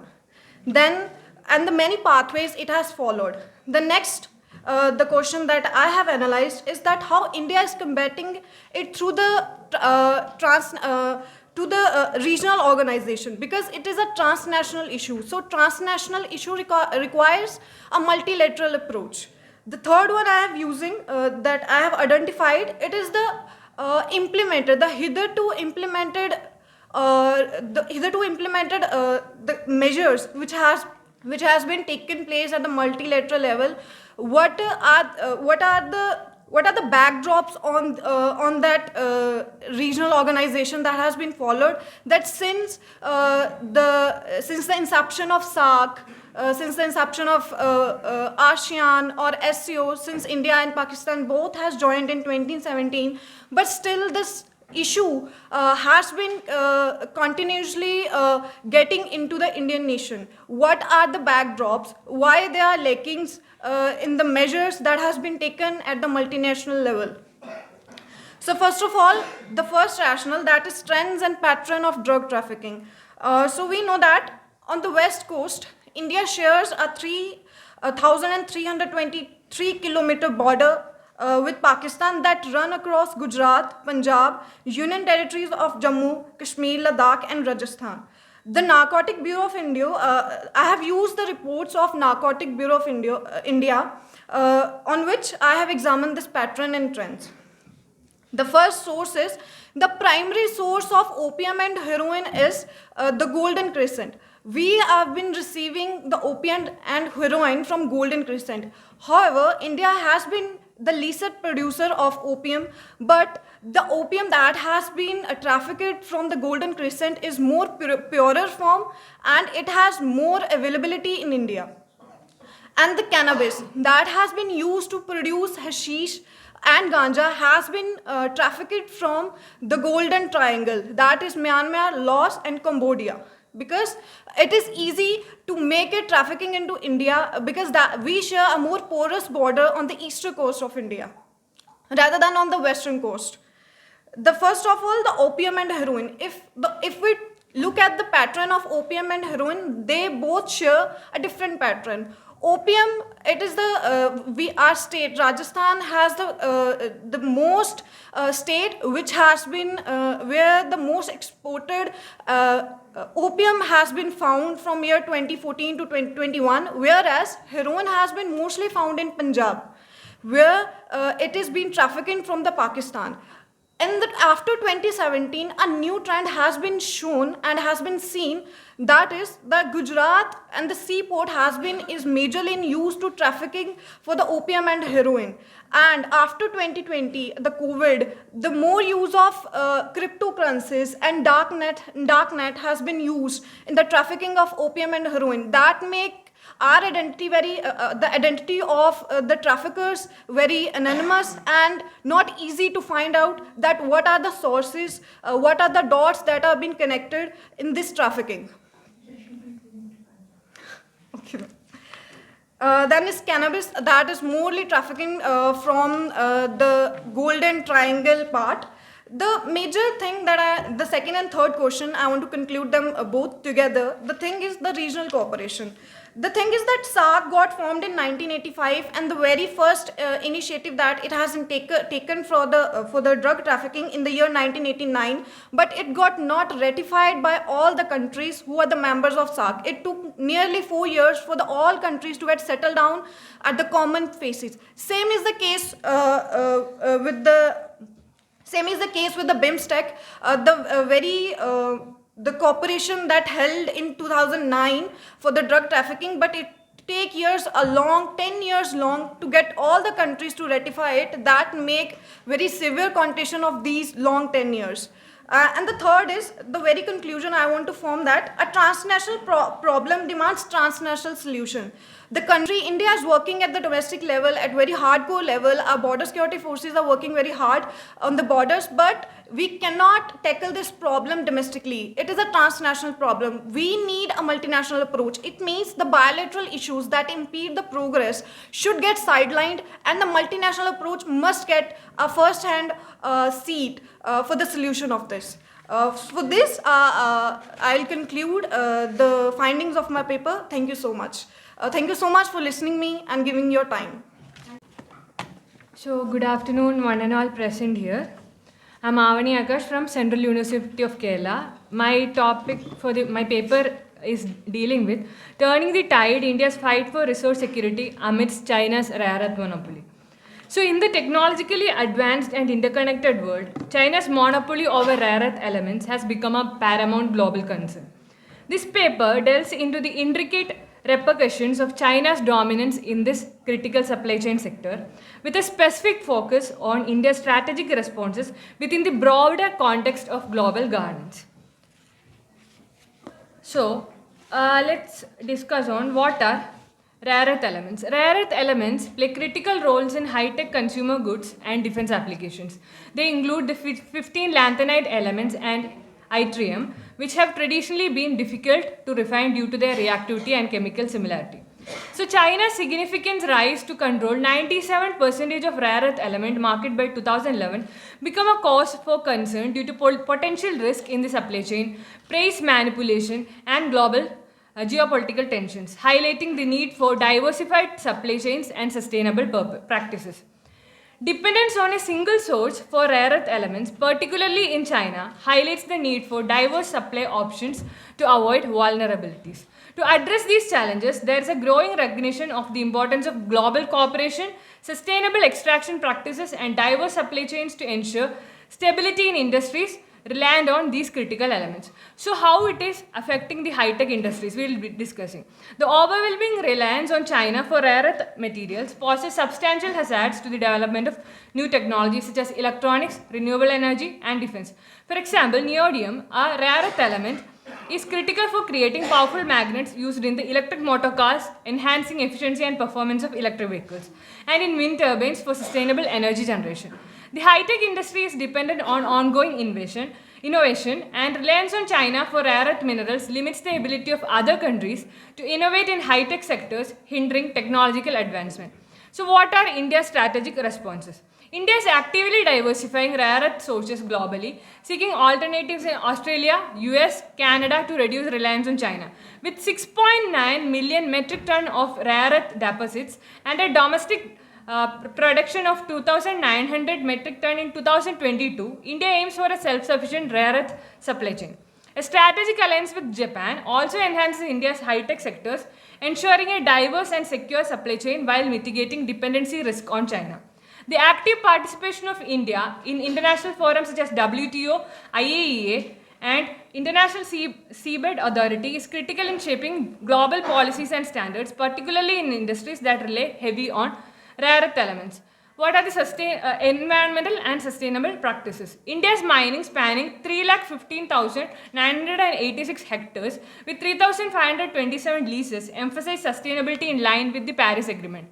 The Ministry of Mines implements a mineral policy that stresses the link between mineral extraction and environmental resources, ensuring long-term vitality.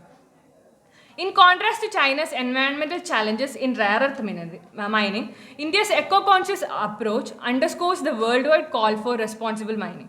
This amplifies the shared responsibility of nations and companies, urging active contribution to cleanse polluted mining sites and promoting ecologically health globally. Now, friendshoring and nearshoring as resilient strategy. So, friendshoring emphasizes the importance of developing cooperative ties with multiple nations to diversify supply sources and avoid dependence on a dominant supplier. The idea is to build a network of trusted partners to reduce reliance on a single supplier. Nearshoring for proximity. So nearshoring, on the other hand, emphasizes geopolitical proximity in procuring rare earth element components by developing in-country manufacturing plants, hence improving supply chain resilience and agility. This technique not only improves supply chain adaptation to interruptions but also contributes significantly to overall supply chain resilience. So these are the conclusion points I have to give. India's strategic shift, marked by domestic production and global collaboration, has the ability to rebalance the global balance of rare earth elements. India is more than just a bystander in the global rare earth scene. It has the potential to become a crucial player in the unfolding power shift, with India having over 5% of global rare earth element resources. With constant governmental commitment, transparent policies and financial assistance from the start, India can make significant progress in combating China's rare earth monopoly. By doing so, India aligns with the demands of a cleaner, more reliable and socially responsible global supply chain while furthering its global interests. Thank you so much. Thank you for listening with me. Thank you, Amrita, for speaking with this time and your focus on how India is going to combat with China's rare earth monopoly. Now, do we have Akash? Good afternoon. I began my paper from stark contrast between Noakhali incident, which Gandhi thought to be the last island of communal instability, to what happened even after 77 years, a communal ethnic conflict between Meitei and Kuki in Manipur. I have reviewed the ongoing theoretical frameworks of analyzing ethnic conflicts by Kipgen, which are primordialism, instrumentalism, and constructivism. Then I have progressed forward to show that the state's role in the conflict has proved what Gandhi postulated in his theory of state. Gandhi emphasized state as a symbol of violence in its concentrated form and opposed absolute state sovereignty in Austinian sense and advocated limited state sovereignty, basing it on the belief of individual personality. The failing state is evident from Miti's dominated state police permitting crowds to flee with weapons. Similarly, though on smaller scale by Kuki police officers too, as Gandhi has shown, state's machinery in Manipur case too perpetuated more anger and counter-violence by locals. Allegations by the top state leadership of Kuki being involved in illegal trade, even though they are just one of the stakeholders. Further, current trouble simmers from August 2015, when the previous state government, also led by Miti, approved 3 legislations that tribals regarded as favoring the Metis. Further, evictions, particularly of Kuki residents, that the villages were reportedly constructed on forest land against Indian forest legislation. Further, the previously 10 times president rule has been implemented, but this time the federal government also failed to take any provocative state action. Hence, it is observed that the Gandhi's disfavor for state per se gets shown through state machineries themselves taking sides in the conflict. The obvious step suggested has been judico-legal. The Union Ministry has also formed a 3-member judicial commission. However, the criminal proceedings against civil liberty organizations and Kuki professors highlighted brutality and collaboration of state actors. Hence, the security-based solution lacks the revolutionary zeal to solve the long-pending ethnic conflict. Hence, the Gandhian way forward is needed. Here are the 6 specific solutions which could be tried. First is the realization of laws by both the communities so that bring them closer towards peace on a later date. Second, as D.S. Hooda has shown, that the central security forces along with civil society organizations of both communities should enable exchange of bodies for families to undertake proper burial rites. And the third, that the federal government should undertake consultations from both communities before forming a dialogue panel, else it will fail like the one in June. Fourth, that the Gandhian idea of true village republics marked by effective decentralization based on subsidiarity principle. This is evident in Kuki's continuous demand for creation of territorial councils, ensuring tribal... Yeah, just 1 minute. Tribal council well within the Schedule 5 of the Indian Constitution. Then 5th is the Gandhian constructive programs. And 6th, as Madhu Kishwar has shown, that Gandhi gave women the forefront role in solving ethnic conflicts. So in this conflict also, it should be given. And then lastly, as Manipur writer Angelica Abraham has shown, that Nokhali experiment should be replicated. This might work if national leaders give it efficient time and the concerns of both the communities. So finally, I conclude by saying that we must remember that the Gandhian theory and praxis still holds relevance in current times. Thank you, Akash. Gentlemen, the name of my paper is From Afghanistan to the World, the Emergence of a New Wave Terrorism. Imagine a vast puzzle, a mosaic of countless pieces, each symbolizing a distinct facet of global terrorism crisis. This intricate situation is not born in isolation, but it is intricately woven into the complex fabric of our interconnected world. Recent events such as withdrawal of the international forces from Afghanistan and the resurgence of the Taliban serve as a stark reminder that terrorism is not a confined issue. Rather, it sprawls across border, affecting not only the Afghan people, but also resonating worldwide. Situations like Hamas is also a very big example. In this intricate web of terror, every piece is interconnected, representing not only threats, but also the challenges of understanding and combating an ever-evolving menace that transcends borders and boundaries. To understand this Afghanistani crisis, let's understand the history. Afghanistan's history is like a tapestry woven with the threads of foreign interventions and internal conflicts. One of the most significant threads in this tapestry is the rise of Taliban in the 1990s. They promised order and stability but brought severe human rights violation, especially against women and minorities. A pivotal moment in Afghanistan's history was when there was the rise of Taliban. They gained support by promising to restore order. However, the strict interpretation of the Islamic law led to severe human rights violations. Let's talk about the US intervention, that is the Taliban takeover of Afghanistan. It is essential to discuss the impact of US intervention in Afghanistan since the fall of Taliban in 2001 and the recent crisis that has unfolded in the region. Following the horrific September 11 attacks, which were orchestrated by the agents of Al-Qaeda supported by the Taliban, the United States intervened in Afghanistan in 2001. This intervention had both positive and negative outcomes. On the positive side, it played a crucial role in ousting the Taliban from power and disrupting the Al-Qaeda's activities in the region. The US also helped establish a new administration led by President Hamid Karzai, which drafted a new constitution that aimed to improve civil liberties, human rights, and established democratic elections, the results of which we can already see now. The recent crisis, the fear is that Taliban may once again serve as a safe haven for terrorist organizations, and this is not just a mere fear anymore, particularly Al-Qaeda as they have done in the past. The close ties between Taliban and Al-Qaeda was a significant factor in the US-led invasion in Afghanistan in 2001.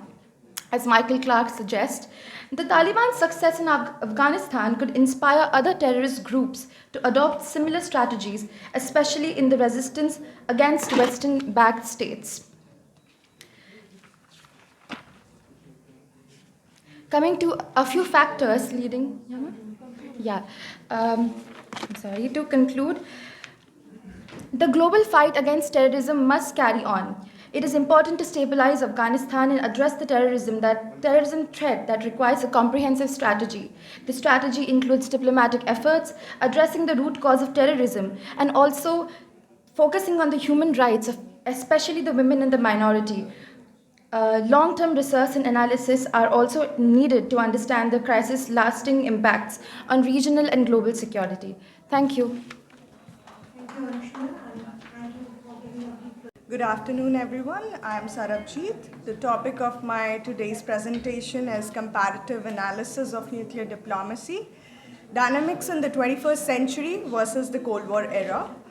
The topic not only allows us to understand how the nuclear diplomacy evolved during the Cold War era, but also provides crucial insights into the roots of contemporary challenges and opportunities. Due to the paucity of time, I'll quickly discuss the purpose and significance of the research, comparative assessment of nuclear diplomacy during the Cold War versus the 21st century, and the conclusion. So the purpose and significance of the research. In the 21st century, even though the risk of nuclear war has diminished, the potential for catastrophic nuclear use remains, driven by both accidental and incidental factors. Modern nuclear weapons are comparatively more powerful and sophisticated than those used in 1945 and pose a significant threat as large number can be launched in just a few minutes. Through the comparative analysis of the Cold War and the 21st century, the research aims to understand the challenges of the 21st century and provides insights that contributes to the global security. The crucial developments during the Cold War provided valuable lessons for the global security in the 21st century. One such development was the concept of mutually assured destruction. During the Cold War, there existed bipolar world order. The concept of mutual assured destruction posits that if both US and the Soviet Union possessed a sufficient number of nuclear weapons to destroy each other, neither side would risk initiating a nuclear conflict. In sharp contrast to the 20th century, the 21st century started as the age of small powers. Small states can achieve a high level of international involvement and a high potential for global disturbance. The acquisition of weapons of mass destruction programs is already a major regional problem in the Middle East and in the East Asia, where neighbors anticipate the advent of new nuclear powers. Such acquisition could also complicate Western power projection when needed. Also, the fear of clandestine nuclear program in additional nations may trigger a chain reaction. While in the 20th century, it rested whether a local conflict would develop into a general war, small powers are now in the process of blurring the border between the regional and major powers due to their means of destruction, as well as the weakening of Western influence and deterrence. The second is arms race. An arms race occur when the two or more nations intentionally increase the quantity or quality of their military resources with a view to gaining military and political advantage over the others. Due to the technological advancement in the 21st century, the new arms race would have superior destructive strategic capabilities and potential of being widely spread faster than in any previous period in history. The goal of nuclear stockpile have significantly decreased after attaining its peak of around 70,000 warheads in the mid-1980s, with US and Russia accounting to nearly 93% of the stockpile. So, just 1 minute. So as of 2023, there are approximately 12,500 nuclear warheads. So I'll quickly just need 1 more minute, ma'am. So the third is proxy wars. During the Cold War's bipolar world, proxy wars became a prominent feature as US and Soviet Union compete for influence through indirect conflict. For instance, during the Korean War in 1950, South Korea was supported by the US and the other Western allies, while North Korea received backing from Russia and China. So quickly coming to the conclusion, during the Cold War, US and Soviet Union were engaged in a series of bilateral agreements aimed at arms control. The Strategic Arms Limitation Talks and the Strategic Arms Reduction Treaty were prominent examples of diplomatic efforts to curb nuclear arms race between the two superpowers. These agreements marked a significant departure from the intense military backup and arms competition that characterized the early Cold War years. These initiatives demonstrated potential for diplomatic solution and arms control measures, providing a framework for managing nuclear rivalry. So, presently, in the 21st century, the Joint Comprehensive Plan of Action, also known as the Iranian Nuclear Deal, was a multilateral agreement reached in 2015 between Iran and the powerful world powers. Despite its subsequent challenges and the US withdrawal in 2018, the agreement, like JCPOA, represent important efforts in the 21st century for arms control and non-proliferation. Such agreements emphasize the importance of dialogue, transparency, and verifiable commitments to prevent the spread of nuclear weapons. I'll just conclude here. Thank you so much. Thank you. Thank you, Renuka ma'am. Where is ma'am? Ma'am, please go over. Yes, sure. Yeah, it's okay. Ma'am,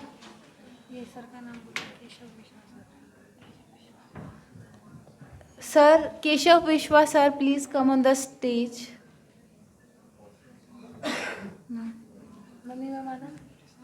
Book launch. Yeah, Momento and ma'am, please come on the stage.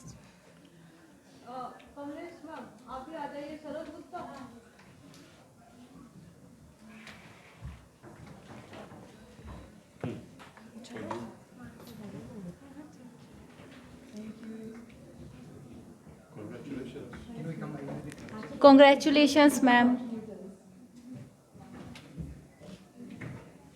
Socio is working as an assistant professor, Department of Political Science, and in October 2023, Dr. Banerjee has received Indo-Asian Best Teachers Award from IMFR.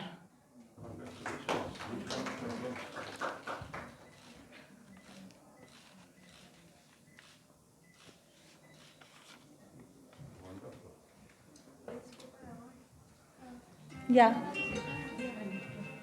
And best paper also award goes to her also. Sorry. Okay. Sorry.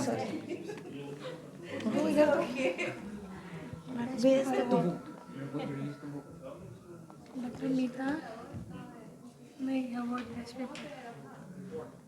She's going there. Best paper. Certificate ये उनका नहीं है, मीता नहीं उनका है ना, ये chairperson का है। कंफ्यूज कर रहे हैं। Yeah. Okay, ma'am, I'll just take a...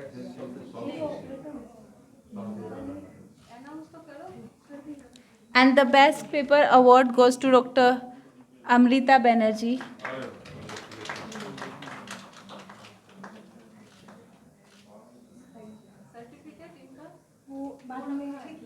बाद में करेंगे। कितना सिस्टमैटिक आपको भाई।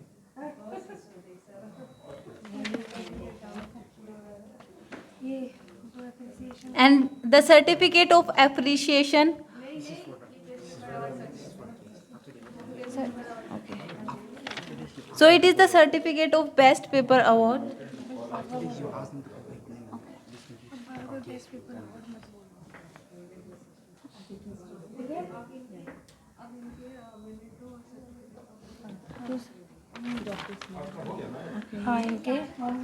Now we have certificate for Dr. Sneha Bhagat and Dr. Mita. Okay. This is for Dr. Sneha Bhagat.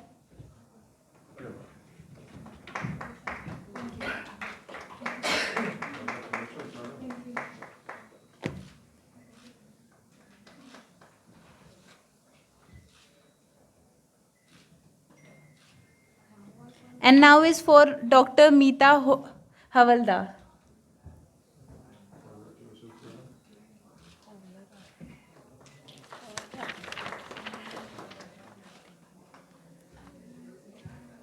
Thank you, ma'am and sir. Now, without taking much time, let's move towards next technical session, that is global governance and India and the world. I can speak, but can I?